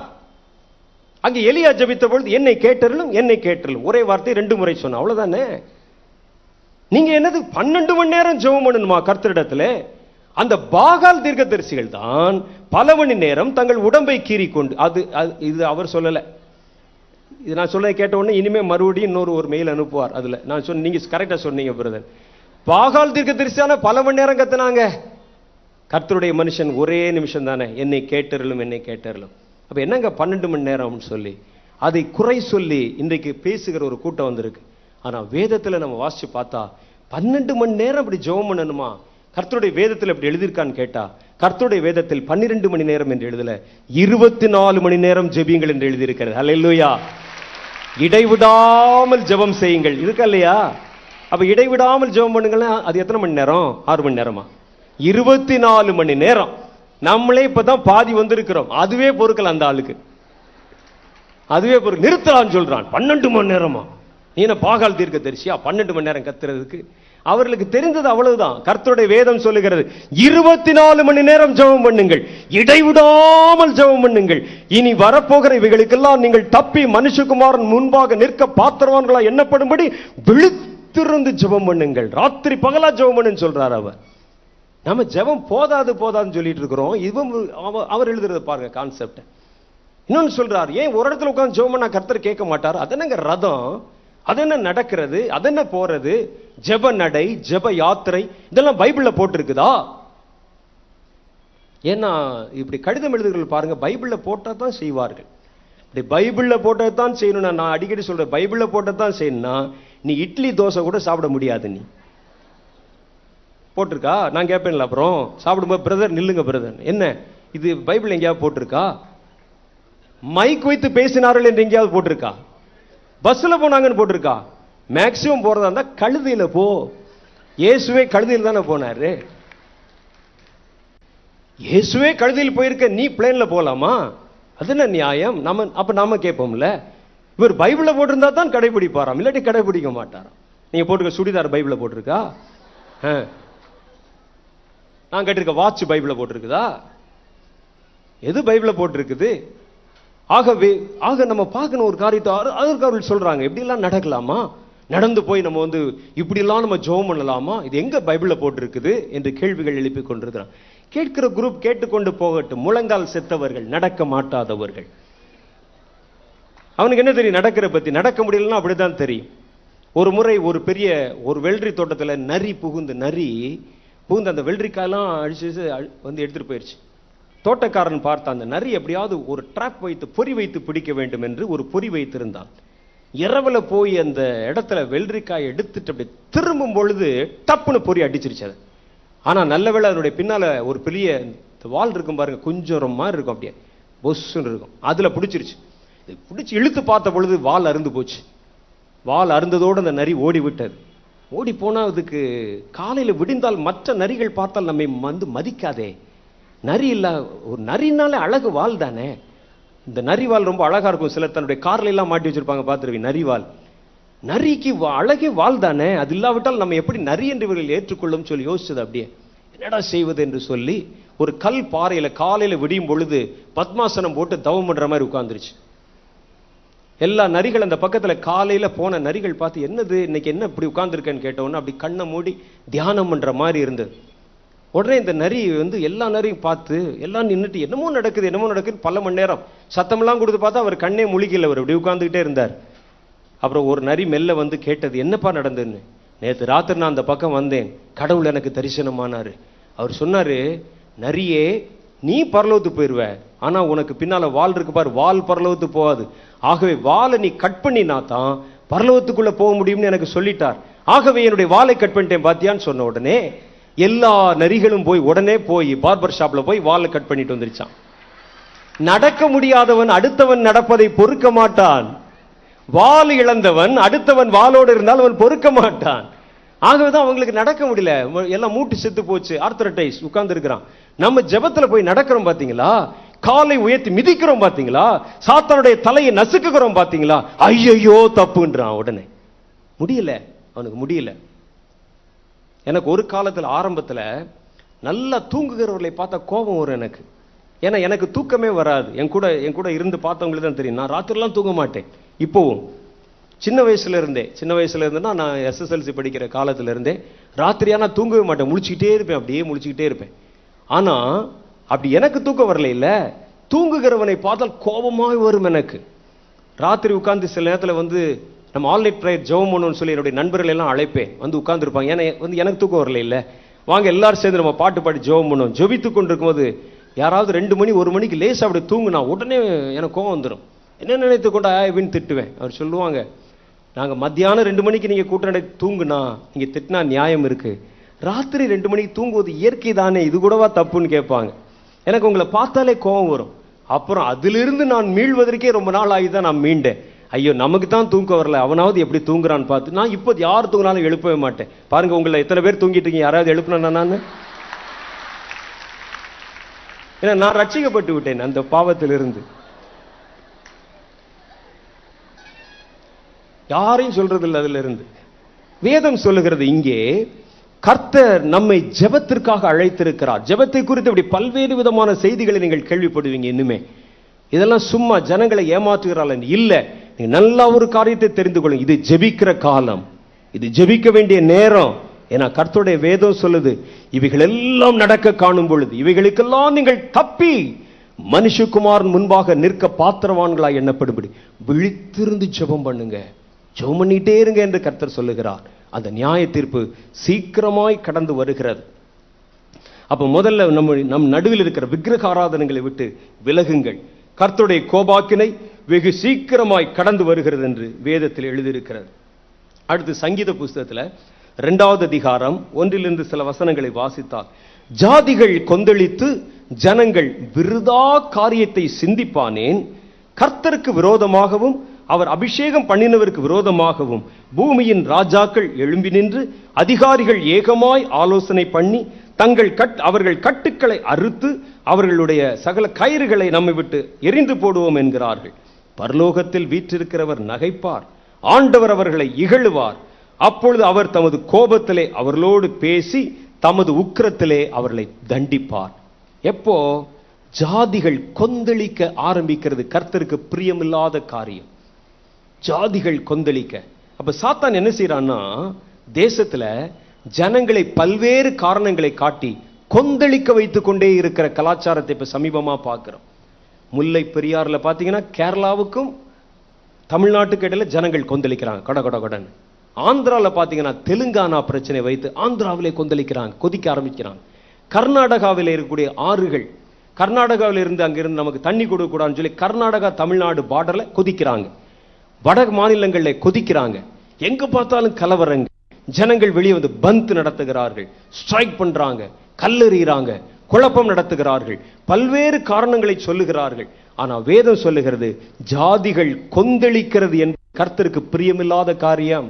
சாத்தான் பார்க்கிறான், ஜனங்களை எப்ப பார்த்தாலும் இப்படி சத்தம் போட்டுக்கிட்டே இருக்க சொல்லு, பஸ்ல கல்லெறிஞ்சுக்கிட்டே இருக்க சொல்லு, எப்ப பார்த்தாலும் குழப்பங்களை உருவாக்கி கொண்டே இருக்க சொல்லு, எப்ப பார்த்தாலும் பிரச்சனை பண்ணி கொண்டே இருக்க சொல்லு. இந்த மாநிலத்துக்கும் அந்த மாநிலத்திற்கும், மாநிலத்தோட மாநில சண்டை இல்லாட்டா பரவாயில்ல, 2 ஜாதிகளுக்காவது மோத விட்டு வேடிக்கை பார், 2 பேரை சண்டை போட வை, கூச்சலையும் குழப்பத்தையும் உண்டு பண்ணு, சபைகளுக்குள்ளே கூச்சலை உண்டு பண்ணு, ஜனங்களுக்குள்ளே குழப்பங்களை உண்டு பண்ணு. ஜனங்கள் கொந்தளிக்க ஆரம்பிக்கிறார்கள், சபைகள் கொந்தளிக்க ஆரம்பிக்கின்றன. சபைகளுக்குள்ளே நீயா நானா என்கிற அந்த போட்டி வருகிறது, பொறாமைகள் வருகிறது. ஒரு அருமையான ஊழியக்காரர் சொன்ன, எனக்கு தெரியாது, நான் நிறைய ஊழியக்காரர்களோட பழக்கம் வைத்துக் கொள்வதில்லை யாரோடையும். எனக்கு விரல் விட்டு ஒரு 3-4 ஊழியக்காரர்களோட தான் எனக்கு பழக்கமே, மற்ற யாரோட நான் அதிகமாக பழக மாட்டேன். ஆனா சொல்றாங்க, ஒருத்தர் வந்து எனக்கு சொன்னார், ஐயா நாங்கள் இந்த ஊழிய ஐக்கிய கூடுகை என்று போட்டு சண்டை போடாம நாங்க பிரிஞ்ச நாளே கிடையாதுங்கிறார். அது உண்மையான போனவங்கள்ட்ட கேட்டா தான் தெரியும். சொல்றார், சண்டை போட்டு பிரியாத நாளே கிடையாது. நாங்க போகும்போது கடைசியில எப்படி ஜெபம் முடிக்கும் போது என் ஆத்துமாவை கர்த்தரை ஸ்தோத்திர சொல்றோமோ அது மாதிரி 2 பேர் மண்டை உடைச்சு தான் நாங்க வீட்டுக்கே வருவோம். அப்படி சபைகள் கொந்தளிக்க ஆரம்பிக்கின்றன, ஜாதிகள் கொந்தளிக்க ஆரம்பிக்கின்றன, மாநிலங்கள் கொந்தளிக்க ஆரம்பிக்கின்றன, குடும்பங்கள் வீதிகளிலே கொந்தளிக்க ஆரம்பிக்கின்றன. ஊருக்கு ஊர் பிரச்சனை, தெருவுக்கு தெரு பிரச்சனை, ஜாதிகளுக்கு விரோதமாய் ஜாதிகள், சபைகளுக்கு விரோதமாய் சபைகள், அதையும் கூட சேர்த்துக்கலாம், நாடுகளுக்கு விரோதமாய் நாடுகள், எங்கும் கூச்சலும் குழப்பமும். ஏன் தெரியுமா? வேதம் சொல்லுது, ஜனங்களை இப்படி கூச்சல் போட வைத்தால், ஜனங்களை இப்படி கொந்தளிக்க வைத்தால், ஜனங்களை இப்படி பிரச்சனை பிரச்சனை என்று வீதிகளிலே இறங்கி போராட வைத்தால் தேவனுடைய உக்கிரம் அவர்கள் மேல் வரும் என்று சாத்தானுக்கு தெரியும். ஜாதிகள் கொந்தளித்து ஜனங்கள் விருதா காரியத்தை சிந்திப்பானேன். ஜனங்கள் இன்னைக்கு விருதாவான வேண்டாத விஷயங்கள்ல அவருடைய கவனத்தை செலுத்த வைக்கிறான் பாருங்கள் சாத்தான். வேதத்தில் சொல்லுது, கடைசி காலத்தில் ஜனங்கள் வீணான இந்த கட்டுக்கதைகளுக்கு தன் இருதயத்தை சாய்த்து போடும் காலங்கள் வருகிறது. பல மணி நேரங்கள் வீணான டிவி சீரியல்ஸ், மெகா சீரியல், அந்த தொடர் இந்த தொடர். ஒரு நாள் இப்ப பாத்தீங்கன்னா எலக்ட்ரிசிட்டி கரண்ட் போச்சுன்னா இந்த ஊர்ல இருந்து இன்னொரு ஊருக்கு போன் அடிச்சு கேட்கறாங்க, கல்பனா என்ன நான். அவ போன வாரம் இழுத்துக்கிட்டு இருந்தாலே மெகா சீரியலை பொறுத்தளவுல கல்பனா சாவதற்கு 7 வாரமாவது ஆகும். ஆமா, உடனே செத்துட்டா அப்புறம் எப்படி சீரியல் நாங்க முடிக்கிறது? 7-8 வாரமாவது ஆகும். ஆனா இந்த அம்மாவுக்கு அவசரம் பொறுக்காது. நேத்துக்கு ஒரு மாதிரி இழுத்து வசனம் பேசினாலே, இன்னைக்கு நல்ல நேரத்துல பாவி கரண்ட் ஆஃப் பண்ணிட்டான். மெட்ராஸுக்கு போனை போடு, மெட்ராஸ் போனை போட்டு, நேத்து நான் பார்த்த அந்த தொடர்ல கல்பனா இழுத்துட்டு பேசிட்டு இருந்தாலே, இன்னைக்கும் பேசிட்டு தான் இருந்தா. அவ பேசிட்டே தான் இருப்பாள். அதான் சொல்றேன் 7 வாரம் பேசுவான்னு. வீணான காரியங்களுக்கு தன்னுடைய இருதயத்தை அவர்கள் சாய்த்து போகிற காலம் வரும் என்று அன்றே வேதம் சொல்லி இருக்கிறது. கட்டுக்கதைகளுக்கு தன்னுடைய இருதயத்தை சாய்த்து போகும் காலம் வருகிறது. இதோ நாட்கள் பொல்லாதவர்களாய் இருக்கிறதுனால் காலத்தை பிரயோஜனம் பண்ணி கொள்ளுங்கள் என்ற ஒரு புதிய காரியத்தை சொல்ல. உங்க காலத்தை திருடுறது தான் சாத்தானுடைய தந்திரங்கள்ல ஒண்ணு. ஜாதிகள் விருதா காரியத்திற்கு ஜனங்களை போக வைத்தால் அவர்கள் மேல் கர்த்தருடைய உக்கிரம் பற்றி எரியும் என்று உங்களுக்கு தெரியுமோ இல்லையோ, சாத்தானுக்கு தெரியும். ஆகவேதான் ஜனங்களை விருதா காரியங்களை சிந்திக்க வைக்கும்படிக்கு அவர்களை இங்கே கடந்து போக வைக்கிறான். வேதம் சொல்லுது, இதற்கு ஒரே ஒரு முடிவு இருக்குதான். இவைகளிலிருந்து தப்பித்துக்கொள்ள ஒரே ஒரு வழி இருக்கிறதா. தன்னைத்தான் தாழ்த்தி தேவனுடைய சமூகத்தில் விழுந்து நம்முடைய காரியங்களுக்காக மன்றாடி ஜெபம் பண்ணுவது மாத்திரமே வழி. அங்கே 2 ராஜாக்களின் புஸ்தகம் 22வது அதிகாரம் அதுல 19-20 ஆகிய வசனங்கள் சொல்லுகிறது. நான் இந்த ஸ்தலத்திற்கும் அதன் குடிகளுக்கும் விரோதமாக அவர்கள் சாபமும் பாழும் ஆவார்கள் என்று சொன்னதை நீ கேட்ட போது, நீங்க கேட்டீங்களா கேட்கலையா? அன்னைக்கு இந்த ஜனங்கள் பாழும் சாபமும் ஆவார்கள், கர்த்தருடைய கோபாக்கினின் புஸ்தகம் திறக்கப்பட்டது என்று சொல்லுகிறத நீ கேட்கும் பொழுது உன் இருதயம் இளகி நீ கர்த்தருக்கு முன்பாக உன்னை தாழ்த்தி உன் வஸ்திரங்களை கிழித்துக் கொண்டு எனக்கு முன்பாக அழுதபடியினால் நான் உன் விண்ணப்பத்தை கேட்டேன் என்று கர்த்தர் சொல்லுகிறார். அல்லேலூயா. கர்த்தருடைய கோபாக்கினை தேசத்தின் மேல் பற்றுகிறது, பற்ற போகிறது என்கிற செய்தியை நீங்க கேட்கும் பொழுது உங்கள் இருதயம் முதல்ல இளகணும். நீ கர்த்தருக்கு முன்பாக உன்னை தாழ்த்தணும். உன் வஸ்திரங்களை கிழித்துக் கொண்டு எனக்கு முன்பாக நீ அழுது கண்ணீர் வடித்ததை நான் கேட்டேன். கர்த்தர் அப்பதான் அந்த ஜெபத்தை கேட்பார். ஆகவே கர்த்தர் நம்மை ஜெபிக்க துரிதப்படுத்துகிறார். கர்த்தர் நாம் இப்போ செய்கிற ஜெபம் போதாது என்று சொல்லுகிறார். நீங்கள் அதிகமாய் ஜெபிக்க வேண்டும் என்று சொல்லுகிறார். நீங்க ஒருவேளை கேட்கலாம், ஐயா நான் ஜெபிக்க எனக்கு ஆசைதான், ஆனா முடியல. நாங்கள் ஒரு கூட்டத்தில் வந்து உட்கார்ந்தா எப்படியோ அப்படி இப்படின்னு உட்கார்ந்து ஒரு 10 மணி நேரம் 12 மணி நேரம் பொழுது போய்க்கிறோம். ஆனா நானா போய் ஜெபம் பண்ணா எனக்கு யாரு மேலேயும் பாரம் உண்டாகவே இல்லை. எப்படி அவர்களுக்கு அழுவது கண்ணீர் வடிப்பது என்று எனக்கு தெரியல. அப்படியானால் நாங்கள் எப்படி ஜெபிப்பது? எங்களுக்கு ஜெபிக்க நீங்க சொல்லித்தாங்கன்னு கேட்கலாம். வேதத்தில் இதற்கு ஒரே ஒரு காரியம் இருக்கிறது. நீங்கள் தானே ஏற்றபடி வேண்டிக் கொள்ள வேண்டியது இன்னதென்று அறியாதிருக்கிறபடியினால் ஆவியானவர் தாமே வாக்கு கடங்காத பெருமூச்சலோடும் மிகுந்த கண்ணீரோடும் உங்களுக்காக வேண்டுதல் செய்வார். அல்லேலூயா. உனக்கு ஜெபிக்க முடியாது. கர்த்தர் சொல்கிறார், நான் ஜெபிக்கிறேன் உனக்குள்ள இருந்து, உன்னை ஜெபிக்க வைக்கிறேன். நான் என்னுடைய ஜெபத்தின் ஆவியை, ஜெபத்தின் அதிகாரத்தை நான் உனக்குள் விதைக்கிறேன் என்று கர்த்தர் சொல்லுகிறார். நீ மாத்திரம் சொல்லு, நான் என் தேசத்துக்கு உத்தரவாதம் பண்ணி ஜெபிக்க என்னை ஒப்பு கொடுக்கிறேன்னு சொல்லு. அந்த ஜெபம், அந்த ஜெப ஆவி என்னை பற்றி கொள்ளட்டும் என்று சொல்லி உன்னை தாழ்த்தி ஒப்பு கொடு. எத்தனையோ பேர், எத்தனையோ பரிசுத்தவான்கள் வேத புஸ்தகத்தில் ஜெபம் பண்ணி இருக்கிறாங்க. ஆனா விலையேற பெற்ற ஜெபத்தை செய்த ஒரு பரிசுத்தவானுடைய ஜெபத்தை நான் பார்த்த பொழுது அடிக்கடி அந்த அவர் செய்த அந்த ஜெபத்தை பார்த்து நான் ஆச்சரியப்பட்டிருக்கிறேன். எத்தனையோ பேர் என்னென்னமோ கேட்டிருக்கிறாங்க. என் பேரை மாற்றி என்னை ஆசீர்வதியும் என்று சொல்லி யாக்கோபு கேட்டிருக்கிறார். தன் தேசத்தை காக்கும்படிக்கு என்னென்னமோ யாரோ எதற்கோ ஜெபம் பண்ணியிருக்கிறாங்க, குடும்பத்தின் ஆசீர்வாதத்திற்கு. ஆனா வேதத்துல ஒரு மனிதனுடைய ஜெபம் சொல்லுது, ஆ கர்த்தாவே, என் தலை தண்ணீரும் என் கண்கள் நீரூற்றுமாய் மாறினால் நலமாயிருக்கும். அப்பொழுது என் தேசத்திற்காக நான் கதறி அழுது ஜெபம் பண்ணுவேன். என்கிட்ட இருந்த கண்ணீரெல்லாம் வற்றி போச்சு. என் எலும்புகள் எல்லாம் ஒன்றோடு ஒன்று ஒட்டி கொண்டது. என் விலா எலும்புகள் ஏறிக்கொண்டது. எவ்வளவு பெரிய ஜெபம் பார்த்தீங்களா? இன்னைக்கு நீங்க அந்த ஜெபத்தை கேட்க போறீங்க. ஆண்டவரே, என் தலையை தண்ணீரா மாற்றும், என் கண்களை நீரூற்றாய் மாற்றும். இனி வருகிற கோபாக்கினையிலிருந்து என் தேசத்தை தப்புவிக்க நான் உத்தரவாதம் செய்து ஜெபிக்க விரும்புகிறேன். என்னால முடியல, நீங்க என்னை மாற்றுங்க. இப்போ உம்முடைய ஜெப ஆவி, ஜெப வல்லமை என்னை பிடித்துக் கொள்ளட்டும், என்னை ஆக்கிரமித்துக் கொள்ளட்டும், என்னை நிரப்பி விடட்டும். எனக்கு இனிமேல் எனக்கு ராக்கால நித்திரை வேண்டாம். என் தலை தண்ணீராய் மாறட்டும். என் கண்களில் நீரூற்றுக்கள் போல சொரிந்து கொண்டே இருக்கட்டும். என் தேசம் இத்தனை பெரிய பாழ்கடிப்பை எதிர்நோக்கி காத்திருக்கும் பொழுது, தேசங்களுக்கு விரோதமாய் கர்த்தருடைய ஏதோ அந்த கோபாக்கினையின் பக்கங்கள் புரட்டப்படுகிற காலம் சமீபித்து வரும் பொழுது, நானும் என் வீட்டாரும் என் குடும்பத்தாரும் எப்படி நிம்மதியாய் உண்டு புசித்து சாப்பிட்டு வீணான காரியங்களிலே நேரத்தை செலவிட்டு காத்திருப்போம்? இல்ல ஆண்டவரே, இல்ல. என் வாழ்க்கை இன்னைக்கு மாத்தணும். இந்த வாழ்க்கை மாறணும். எனக்குள்ளே அந்த ஒரு வேகம் வரணும். உம்முடைய பரிசுத்த ஆவி வல்லமை இப்பொழுது என் மேல் இறங்கணும். அந்த ஜெபத்தின் வல்லமையினால் என்னை மூடும் என்று நீங்கள் கேட்டா, கர்த்தர் இன்றைக்கு உங்களை நிரப்ப விரும்புகிறார். எனக்கு அதைத்தான் சொல்றார். இன்னைக்கு அவர்களை நிரப்ப விரும்புகிறேன். இன்றைக்கு அவர்களை நிரப்ப விரும்புகிறேன். இன்றைக்கு அந்த புதிய அபிஷேகத்தினால் நிரப்ப விரும்புகிறேன். இனி அவன் விரும்பினாலும் அவனால தூங்க முடியாது. அவனுடைய உள்ளத்தின் ஆழத்திலிருந்து ஜெபமானது புறப்பட்டு கொண்டே இருக்கும். ராக்காலத்தில் அவனுடைய கண்களிலே கண்ணீர் சொரிந்து கொண்டே இருக்கும். அவன் தலையை தண்ணீராய் மாற்றுவேன், கண்களை நீரூற்றாய் மாற்றுவேன். கர்த்தருடைய ஆவியானவர் இதை உங்களுக்கு சொல்லுகிறார். நீங்க விரும்பினால், நீ ஒப்பு கொடுத்தால், உன் தேசத்திற்காக திறப்பிலே நிற்கும்படிக்கு தேவனே அபிஷேகம் பண்ணும் என்று ஒப்பு கொடுத்தா, இன்றைக்கு கர்த்தர் அதை செய்வார். நான் என்னுடைய பிரசங்கத்தினுடைய துவக்கத்தில் சொன்னேன், இந்த பக்கத்தில் யாரும் நடக்காதீங்கன்னு சொன்னேன். ஏன் தெரியுமா காரணம்?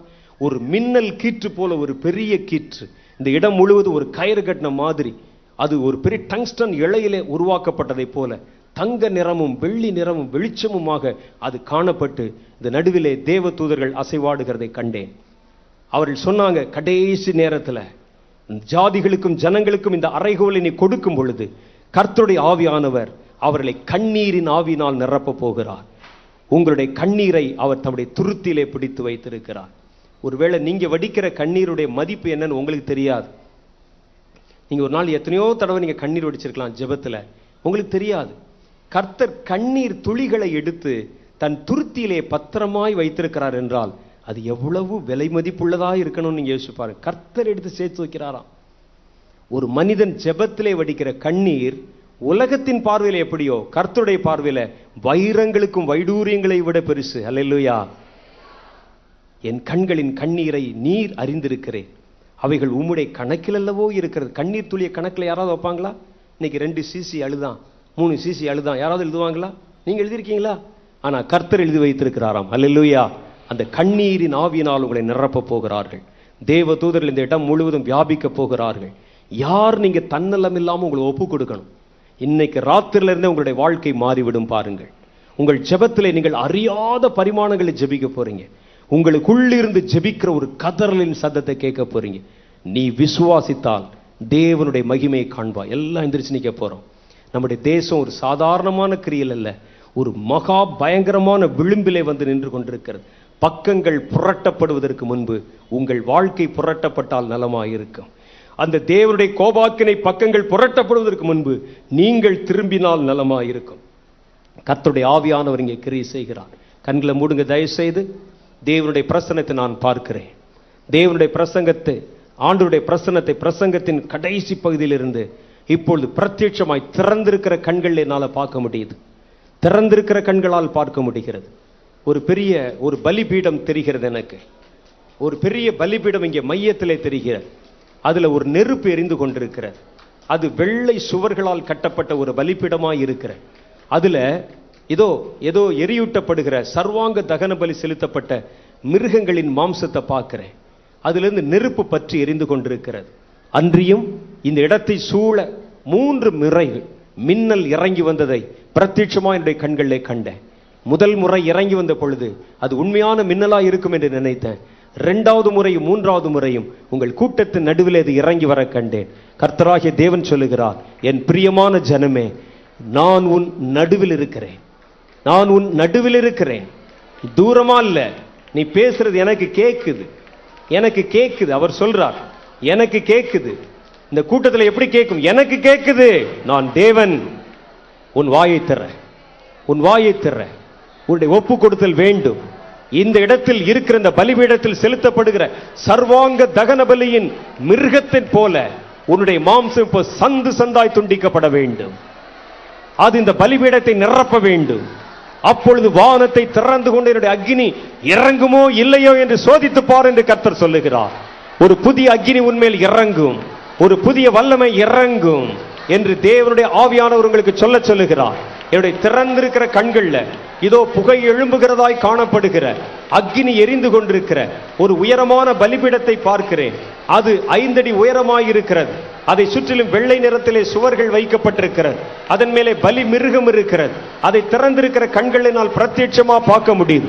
கர்த்தராகிய தேவன் சொல்லுகிறார், பரலோகத்திற்கும் நீங்கள் இருக்கிற இந்த இடத்திற்கும் இணைப்பு கொடுக்கப்பட்டிருக்கிறது. என் ஜனம் நீ பேசுகிற சப்தத்தை கேட்கும்படி என் காதுகளை நான் சாய்த்திருக்கிறேன். கேள் கேள், நான் உன்னை தொடட்டும், நான் உன்னை தொடட்டும்.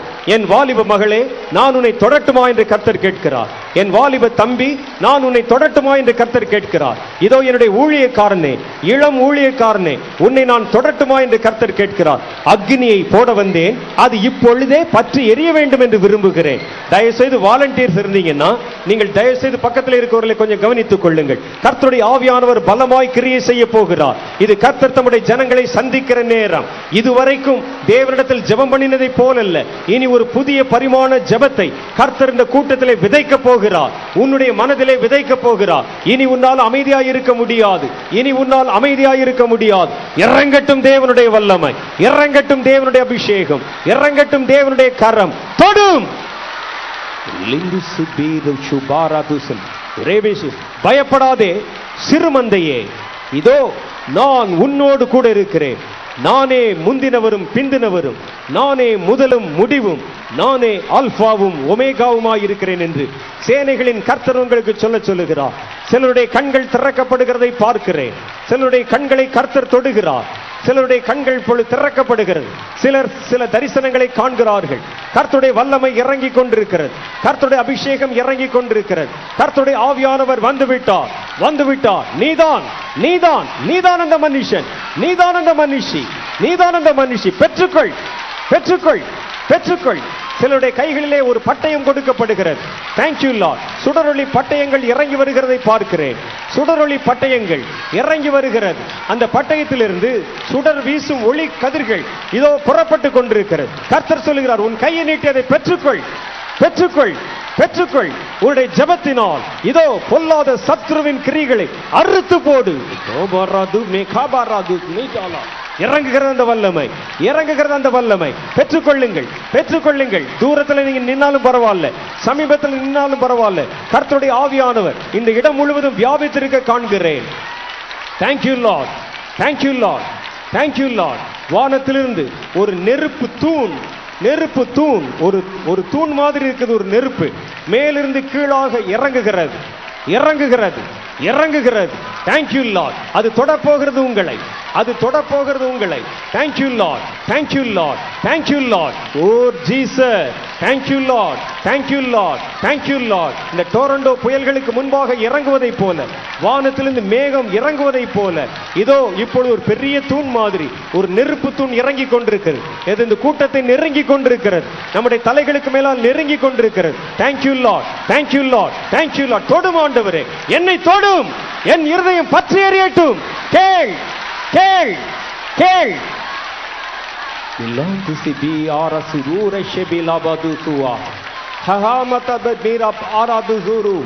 இறங்குவதாக இறங்குவதாக இறங்குவதாக இறங்குவதாக. அபிஷேக கொம்பு உயர்த்தப்பட்டிருக்க காண்கிறேன். அபிஷேக கொம்பு உயர்த்தப்பட்டிருக்க காண்கிறேன். நீ ஏற்கனவே அபிஷேகம் பண்ணப்பட்டவள் தான். ஆனா இப்பொழுது நான் உன்னை விசேஷித்த ஆவியினால் நிரப்ப போறேன். இது ஜெப ஆவி, ஜெபத்தின் சப்தம், ஒலிக்கும் பரிசுத்த வல்லமை இறங்குகிறது என்று கர்த்தர் சொல்லுகிறார். என் அக்கினி இப்பொழுதே பற்றணும், இப்பொழுதே பற்றணும். கொஞ்சம் கொஞ்சமா இல்ல, இப்பவே இப்பவே கர்த்தர் விரும்புகிறார். எரிகிறது அந்த வல்லமை. இறங்கட்டும் இறங்கட்டும் இறங்கட்டும் இறங்கட்டும். இன்னும் 2 நிமிஷம் வேகமா கர்த்தருடைய அபிஷேகத்தின் வல்லமையினால் நிரப்பப்படுங்கள். ஊழியக்காரர்களே, ஆண்டவராகிய கர்த்தர் சொல்லுகிறார், சிறிதும் பெரிதுமான என்னுடைய ஊழியத்தை நிறைவேற்றுகிற ஊழியக்காரர்களே, இப்பொழுது உன் வாயை திறந்து கேள். உன் பாத்திரம் நிரம்பி வழியும்படிக்காக என்னுடைய அபிஷேக தைலத்தினால் உன்னை நிரப்ப போகிறேன். உன்னுடைய சபைகளில் இதோ ஜெப சப்தம் எழும்பும், ஜெபமாகிய புகை எழும்பும், ஜெபமாகிய அக்கினி புறப்படும் என்று கர்த்தர் சொல்லுகிறார். உன்னுடைய இதோ இருதயத்தை திறந்து கொடு, திறந்து கொடு, திறந்து கொடு, திறந்து கொடு. ஜெபிக்கிறவன் தவிர ஜெபிக்க தன் முழங்காலை முடக்குகிறவன் தவிர ஒருவனும் தப்ப முடியாது. கொடிய காலங்கள் இதோ தீவிரித்து தேசங்கள் மேல் கடந்து வருகிறது.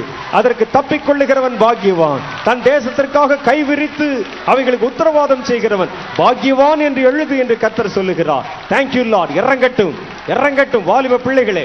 இப்பொழுது கர்த்தருடைய வல்லமை உங்கள் மேல் இறங்கிக் கொண்டிருக்க காண்கிறேன். அந்த அபிஷேகம் உங்களை தொட்டுக் கொண்டிருக்க காண்கிறேன். சிலருடைய கண்களை திறக்கிறதை பார்க்கிறேன். வெண்கல பாதங்களை சிலர் பார்க்கிறீங்க. வெண்கலமான பாதம் சிலர் பார்க்கிறீங்க. அது நான் பார்க்கிறேன். சிலர் பார்க்கிறீங்க வெண்கலமான பாதம். Thank you lord, thank you Lord. அதை சுற்றிலும் நெருப்பினால பார்டர் பயணது மாதிரி நெருப்பு மாதிரி காணப்படுகிறது. நெருப்பிலே சூடேற்றப்பட்டதை போல, உலைக்களத்தில் வைத்து எடுக்கப்பட்டதை போல இதோ இதோ ஒரு வெண்கல பாதங்கள், 2 பாதங்களை பார்க்கிறீங்க. இறங்குகிறது அந்த வல்லமை, இறங்குகிறது அந்த வல்லமை, இறங்குகிறது அந்த வல்லமை. இதோ அந்த நெருப்பு தூண் இந்த இடத்தை தொட்டுவிட்டது. பெற்றுக்கொள் என்று கர்த்தர் சொல்லுகிறார். பெற்றுக்கொள், பெற்றுக்கொள். இன்றைக்கு இல்லாவிட்டால் என்றைக்கு? நீ இல்லாவிட்டால் வேறு யார்? Thank you lord, thank you. தொடுமாண்டவரே, விருதுநகரை தொடுமாண்டவரே, விருதுநகரில் இருக்கிற என்னுடைய பிள்ளைகளை தொடுமாண்டவரே, தேவ ஜனங்களை தொடுமாண்டவரே, சபைகளை நிரப்பும் ஆண்டவரே, சபைகளை நிரப்பும் ஆண்டவரே. Thank you lord, thank you lord, thank you lord, thank you lord. உலிங்ஸ் பிஆர்எஸ் ஓமா மாபார் பிஆல் பா கௌபி பிராத்தஸ் அலூராஷி பிஆர்துசுவா ஹலா பாபா மெதி பி ஹபாதுசு ஓமா தி ஹெலியாவ பர்பாதுசனேயோ இட்டாதது மே ஹத் அதிஸ்மியூ வில்விலா பார்ரிமிதோ கை ஆஹரத் சமூர பிஆத் லில்து நாமாஷி லேபெரிமோ ஷிப் ஆரதுசு உன்னியாவ. உன்னுடைய மாவட்டத்திலே இதோ நெருப்பினால் உண்டாகிற பயங்கரங்கள், கட்டவிழ்த்து விடப்பட்டிருக்கிற பொல்லாத 3 ஆவிகளை கர்த்தர் காண்பிக்கிறார். அது நெருப்பு மாதிரி இருக்குது. தன்மேல் நெருப்பு வைத்துக் கொண்ட ஒரு பெண்ணை போல் இருக்கிறது, பெண் மாதிரி. அது வீதிகளிலே ஓடுகிறது. இன்னொன்று, அதற்கு முகமும் இல்லை, அதற்கு கழுத்தும் இல்லை, வெறும் முண்டமாக இருக்கிறது. அது நெருப்பு போல தரையிலே உருண்டு கொண்டிருக்கிறதை காண்பிக்கிறார். மற்றொன்று நெளிந்து புறப்பட்டு மேலும் கீழுமாய் துள்ளி ஓடுகிறதை கர்த்தர் காண்பிக்கிறார். அது ஒரு குதிரைக்கு தீ வைத்தால் எப்படி இருக்குமோ அதை போல ஒரு தோற்றத்தோடு ஓடுகிறதை கர்த்தர் காண்பிக்கிறார். அன்றியும் இந்த பகுதிகளிலே கந்தகத்திலே தொழில் செய்கிறவர்களுக்கும் அந்த பகுதிகளிலே வேலை செய்கிறவர்களுக்கும் இனி வருகிற வருஷத்திலே ஏராளமான உயிர் சேதங்கள் அவைகளை உருவாக்குவதற்காக இந்த ஆவிகள் புறப்பட்டிருக்கின்றன. என் ஜனங்கள் தங்களை தாழ்த்தி தங்களை வெறுமையாக்கி என் சமூகத்தில் உத்தரவாதம் செய்து ஜெபித்தார். நான் இந்த பொல்லாத ஆவிகளை கட்டும்படி என்னுடைய தூதர்களுக்கு கட்டளை கொடுத்து அவர்களுடைய கைகளையும் கால்களையும் மடக்கி போட்டு அதோடைய துள்ளல்களை நான் அடக்கி போட்டு பெரும் குரல் எடுத்து கதறிக்கொண்டு ஓடுகிற அந்த பெண்ணை நான் நிர்வாணமாக்கி உரிந்து அவளுடைய இதோ எல்லாவற்றையும் நான் அப்புறப்படுத்தி நான் இந்த பகுதிக்கு க்ஷேமத்தை தருவேன் என்று கர்த்தர் சொல்லுகிறார். Thank you lord, thank you lord, thank you lord, thank you Lord. உன் பட்டணங்களுக்காக ஜெபித்துக் கொள்ளுங்கள். ஏற்றுமதியிலே தொழில் செய்கிறவர்கள், இது அநேக தொழில் செய்கிறவர்கள் முடங்கி போகிற வண்ணமாகவும், பெரிய தொழில் செய்கிறவர்கள் அவருடைய தொழில்களிலே வந்து நடத்த முடியாமல் போகும் அளவும், அவருடைய பற்சக்கரங்களை பிடித்துக் கொள்ளவும், ஓடுகிற அந்த நாடாக்களை உருவி போடவும் கொடிய ஆவிகள் இதோ இந்த பகுதிகளின் மேல் கட்டவிழ்த்து விடப்பட்டிருக்கிறது. இது நிமித்தமாக கடன்களை திரளாய் வாங்கி ஏராளமாய் மறுபடியும் தன்னுடைய தொழிலை நடத்தலாம் என்று நினைத்த பல குடும்பங்கள் இனி வருகிற வருஷத்துல வறுமையினாலும் வட்டி கட்ட முடியாமலும் தற்கொலை செய்து கொள்ளத்தக்கதாக அநேகருடைய பிரேதங்கள் தூக்கிலும் துப்பாக்கி குண்டிலும் விஷ உணவிலும் நீர்நிலைகளிலே தங்களை மடித்துக் கொள்ளுகிறதும், வாகனங்களை கொண்டு மோதி தங்களுடைய ஜீவன்களை தாங்களே அழித்துக் கொள்ளுகிறதுமான கொடிய செய்திகளை இந்த மாவட்டத்திலிருந்து கேட்கப் போகிறீர்கள் என்று கர்த்தர் சொல்லுகிறார். இதோ என் நாமம் தரிக்கப்பட்ட என் ஜனங்கள் தங்களை தாழ்த்தி வெறுமையாக்கி திறப்பிலே நின்று கைகளை விரித்து தன் மாவட்டத்திற்காக உத்தரவாதம் செய்தால், நான் இதோ இந்த பகுதிக்கு இறங்கி இந்த ஜனங்களுடைய கண்களை நான் திறந்து குருட்டாட்டம் பிடிக்க பண்ணுகிற வல்லமைகளை துரத்தி என்னுடைய கிருபையினால் அவர்களை மூடி புதிய காரியத்தை நிறைவேற்றி அவர்களை செழிக்க பண்ணுவேன் என்று கர்த்தர் சொல்லுகிறார். Thank you lord, thank you lord, thank you lord, thank you Lord. எருது, ஒரு பெரிய எருது ஒன்று, அது அப்படிப்பட்ட ஒரு பெரிய எருதின் ஆவி குறுக்கும் நெடுக்குமாய் ஓடுகிறதை கர்த்தர் காண்பிக்கிறார். இது முரட்டாட்டம் பண்ணுகிறதும் மோசடி பண்ணுகிறதும் அநேக ஜனங்களுடைய உயிர்களை குடிக்கிறதுமான பொல்லாத ஆவி. இது பொல்லாத மனிதர்களை ஏவி அவருடைய பொருளாதாரத்தையும் பணத்தையும் அவர்களை ஏமாற்றி வஞ்சித்து கொள்ளையடிப்பதன் மூலமும் அல்லது சீட்டு போன்ற காரியங்களில் அவர்களை ஈடுபட வைத்து அவர்களை ஏமாற்றுவதன் மூலமும் ஜனங்களை வறுமையிலும் ஏழ்மையிலும் தள்ள வைத்து கொலை செய்வதற்காக திருட்டுத்தனத்தின் வஞ்சகமான ஆவி ஒன்று இந்த பகுதிகளிலே உலாவிக் கொண்டிருக்கிறது என்று கர்த்தர் காண்பிக்கிறார். இவைகளுடைய மூக்குக்கு மூக்கணாங்கயிறு போட்டு அவைகளுடைய துறடுகளை பிடித்து அவைகளை நிறுத்தத்தக்கவன் யார்? நான் அல்லவோ என்று கர்த்தர் சொல்லுகிறார். என் நாமம் தரிக்கப்பட்ட என் ஜனங்கள் தங்களை தாழ்த்தி என் முகத்தை தேடி தங்கள் வழிகளை விட்டு திரும்பி கைகளை விரித்து உத்தரவாதம் செய்து கதறினான், நான் என் ஜனங்களுக்காக இதை செய்ய மாட்டேனோ என்று சேனைகளின் கர்த்தர் சொல்லுகிறார். கொடிய கொள்ளை நோய் சீத பேதி போன்ற ஒரு நோய் இந்த பகுதிகளை குறிவைத்து தாக்குவதற்கு புறப்பட்டு வருகிறது. நீங்கள் ஒருவேளை சமீப நாட்களாக பரவி வரும் இந்த காய்ச்சல்களை குறித்து பயப்படுகிறீர்கள். இதை காட்டிலும் அதிக தீவிரமும் பயங்கரமும் உள்ள ஒரு கொடிய ஒரு வியாதி இந்த மாவட்டத்திலிருந்து புறப்பட போகிறது என்று சேனைகளின் கர்த்தர் சொல்லுகிறார். அவைகளின் மூலமாக அநேக குழந்தைகள் 10 வயதுக்குட்பட்ட ஏராளமான குழந்தைகள் பிரேதங்கள் ஆஸ்பத்திரிகளிலும் வீதிகளிலும் வீடுகளிலும் தொட்டில்களிலும் மரித்து கிடக்கிறது என்னுடைய கண்கள் இப்ப பார்க்கிறது.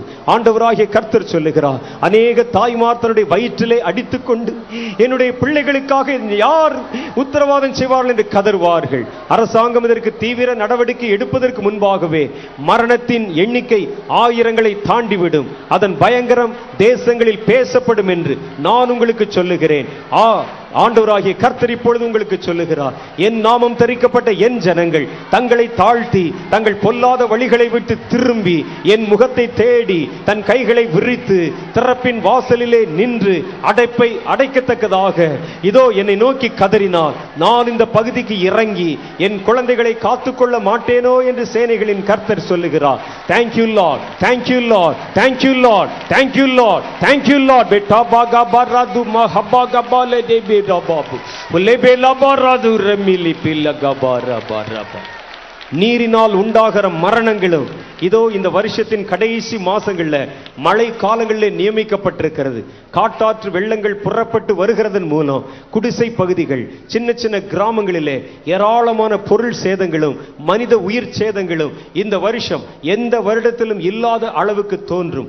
அப்பொழுது மனிதர்கள் எழும்பி ஏறத்தாழ 40-50 வருட இடைவெளியிலே இப்படிப்பட்ட ஒரு வெள்ளப்பெருக்கு இந்த மாவட்டத்தில் தோன்றினதில்லை என்று புள்ளி விவரம் சொல்லுவார். அப்பொழுது அநேக ஜனங்கள் தங்களுடைய உடைமைகளை இழக்கிறதுனாலும் தங்களுக்கு பிரியமானவர்களை அந்த தண்ணீரிலே சாக கொடுக்கிறதுனாலும் மரணத்தினால் பாதிக்கப்படுகிறதுனாலும் அநேகர் கஷ்டப்படுகிறதை பார் என்று கர்த்தர் காண்பிக்கிறார். இதற்கும் தீர்வாய் என் நாமம் தரிக்கப்பட்ட என் ஜனமே, உன்னுடைய உயர்த்தப்பட்ட கைகளையும் முடக்கப்பட்ட முழங்கால்களையுமே நான் கேட்கிறேன் என்று கர்த்தர் சொல்லுகிறார். நிர்வாணம் கொண்டதும் நீண்ட முடிவுடையதும் தன்னுடைய கைகளிலே ஒரு உடுக்கு போன்ற ஒரு இசைக்கருவி வைத்திருக்கிறதும் சிறு குழந்தைகளுடைய அந்த எலும்பு தலை ஓடுகளினால் மாலை அணிந்திருக்கிறதுமான ஒரு பெண் விக்கிரகத்தை பார்க்கிறேன். ஆண்டவராகிய கர்த்தர் சொல்லுகிறார், இவள் ஜாதிகளை ஈனப்படுத்தினவள், ஜனங்களை சிதறடிக்க பண்ணினவள், இரத்த வெறி பிடித்தவள், அநேகரை விபச்சாரத்திற்குள் வேசித்தனத்திற்குள் மாற்றி அநேகருடைய மனங்களை குழப்பப்படுத்தி ஏராளமானவர்களுடைய இருதயங்களை குழப்பப்படுத்தி சின்னாபினப்படுத்தி ஏராளமானவர்களை கிறுக்கு பிடிக்க வைத்து பைத்தியம் பிடிக்க வைத்து வீதிகளிலே ஓடி அவரை விழப்பண்ணினவள் இவளே. இந்த பொல்லாத ஆவி இந்த பகுதியிலே கட்டப்பட வேண்டும் என்று கர்த்தர் சொல்லுகிறார். எழும்பு சீயோனே, உன் வல்லமையை தரித்துக்கொள், உன் சுடரொளி பட்டயத்தை இந்த பொல்லாதவளுடைய வயிற்றை நோக்கி திருப்பு.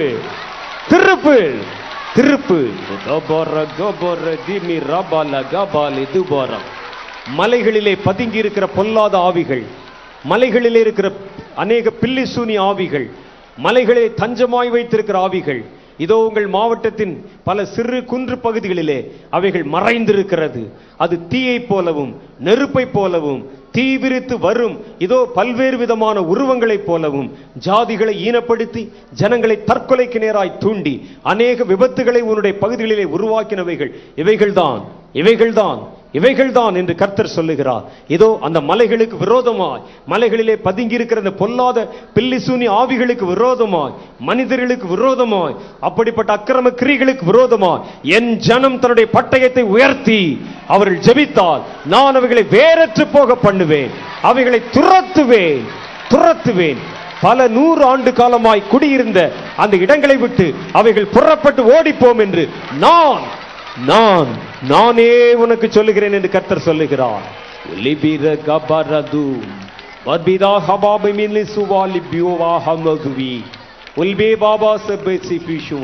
சிறு தானியங்களை கொண்டு வியாபாரம் பண்ணுகிற, இதோ அநேக இந்த தானியங்களை கொண்டு வியாபாரம் பண்ணுகிற தொழிற்சாலைகளை வைத்திருக்கிற வியாபாரம் செய்கிற ஜனங்களை பற்றி பிடிக்க போகிற ஒரு கொடிய பயங்கரம் இருக்கிறது. அவர்கள் பஞ்சத்தினால் பீடிக்கப்பட்டு தன்னுடைய தொழிலை இன்னும் நடத்த முடியாது போகும்படிக்கு அரசாங்கம் அவர்களை கண்டுகொள்ளாத நிலையிலே அவர்கள் வீதிகளிலே இறங்கி கத்தவும் கதறவும் செய்ய போகிறார்கள். ஆகவே ஆண்டவராகிய கர்த்தர் நான் உனக்கு சொல்லுகிறேன், இந்த பகுதியிலே அப்படிப்பட்ட கிரிகளை செய்கிற ஏராளமான ஜனங்கள் இருக்கிறாங்க, அப்படிப்பட்ட தொழில்களை செய்கிறவர்கள் இருக்கிறாங்க.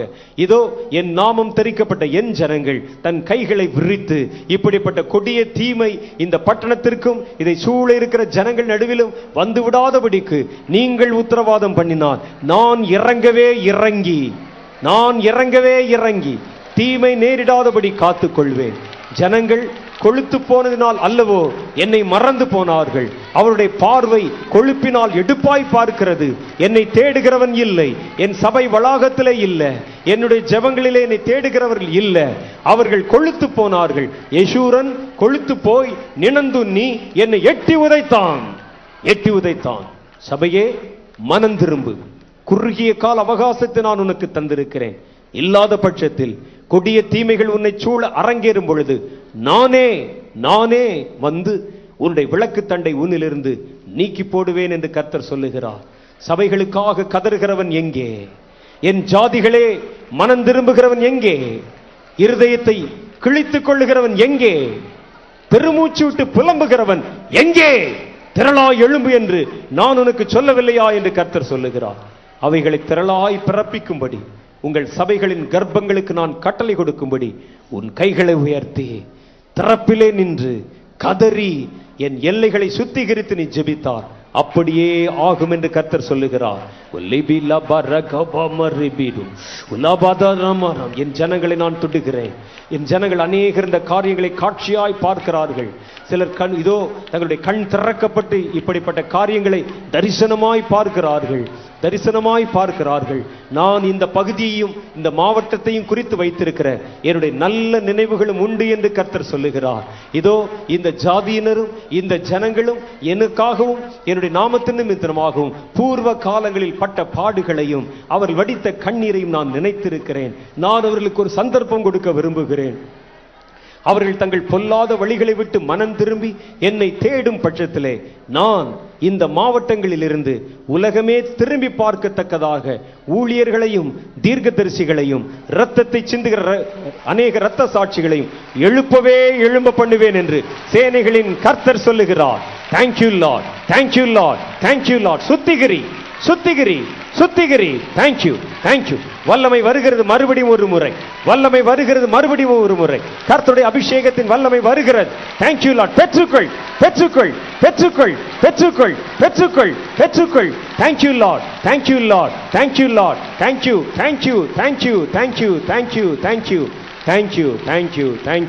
கர்த்தர் நம்மை நினைத்திருக்கிறார். கர்த்தர் நம்மோடு பேசினார். நாம் செய்ய வேண்டிய காரியங்களை கற்றுக் கொடுத்தார். கர்த்தருடைய இரக்கம் நம்மேல் இருக்கிறது. கர்த்தருடைய நியாய தீர்ப்பின் புத்தகங்கள், கர்த்தருடைய கோபாக்கினை தீர்ப்பின் புத்தகங்கள் அது திறக்கப்படுவதற்கு முன்பாக விருதுநகரே உன்னை கர்த்தருடைய செட்டை மூடும்படிக்காக நம்ம எல்லாம் கைகளை உயர்த்தி கர்த்தரத்திலே ஜெபம் பண்ண போறோம். கர்த்தாவே, உடைய செட்டைகளை கொண்டு எங்கள் மாவட்டத்தை மூடுங்க, எங்க சபைகளை மூடுங்க, எங்க குடும்பத்தை மூடுங்க, என்னைய மூடுங்க. உம்முடைய கோபாக்கினைக்கு முன்பாக நிற்கத்தக்கவன் யார்? இதோ பரிசுத்தவான்கள் தங்களுடைய முகத்தை சுவர்ப்புறமாய் திரும்பி அழுதார்கள் என்றால், தரிசனத்திலே அந்த காரியங்களை நான் பார்க்க முடியாம மனங்கசந்து போனேன் என்றால், ஆண்டவரே இந்த ஜனங்களை தாங்க மாட்டாங்கப்பா, இந்த ஜனங்களை தாங்க மாட்டாங்க ஆண்டவரே. உத்தரவாதம் செய்து ஜெபிக்கிறோம், இந்த மாவட்டத்திற்காக கதறுகிறோம், எங்கள் ஜெபத்தை நாங்கள் விதைத்து போகிறோம். அது 1 30 60 அல்ல, 100க்கு 100 விளைய போவதற்காக ஸ்தோத்திரம், ஸ்தோத்திரம், ஸ்தோத்திரம், ஸ்தோத்திரம், ஸ்தோத்திரம், ஸ்தோத்திரம். கர்த்தாவே உமக்கு ஸ்தோத்திரம், கர்த்தாவே உமக்கு ஸ்தோத்திரம், கர்த்தாவே உமக்கு ஸ்தோத்திரம். இந்த இரவிலிருந்து உங்களுடைய வாழ்க்கையில் ஒரு புதிய மாற்றத்தை பார்ப்பீர்கள் என்று ஆவியானவர் எனக்கு சொல்றார். நானா சொல்லல, உங்கள் அநேகர் புதிய மாற்றத்தை பார்ப்பீங்க. அநேகரிடத்திலிருந்து வெடித்து சிதறுகிற ஜெப சப்தம் புறப்படும். அநேக ஜெப குழுக்களிலே தேவனுடைய வல்லமை வெளிப்படும். இங்கே அநேகருடைய கண்கள் புதுசா திறந்திருக்குதுன்னு கர்த்தர் காண்பிச்சிருக்கிறார். ஏறத்தாழ 300 400 பேருக்கு மேல இருக்கிறாங்க. அவர்கள் இடத்துல எல்லாம் கர்த்தர் தரிசனங்கள்ல பேச போகிறார். Thank you lord, thank you lord, thank you Lord. கைகளை தட்டி கர்த்தரை துதியுங்கள்.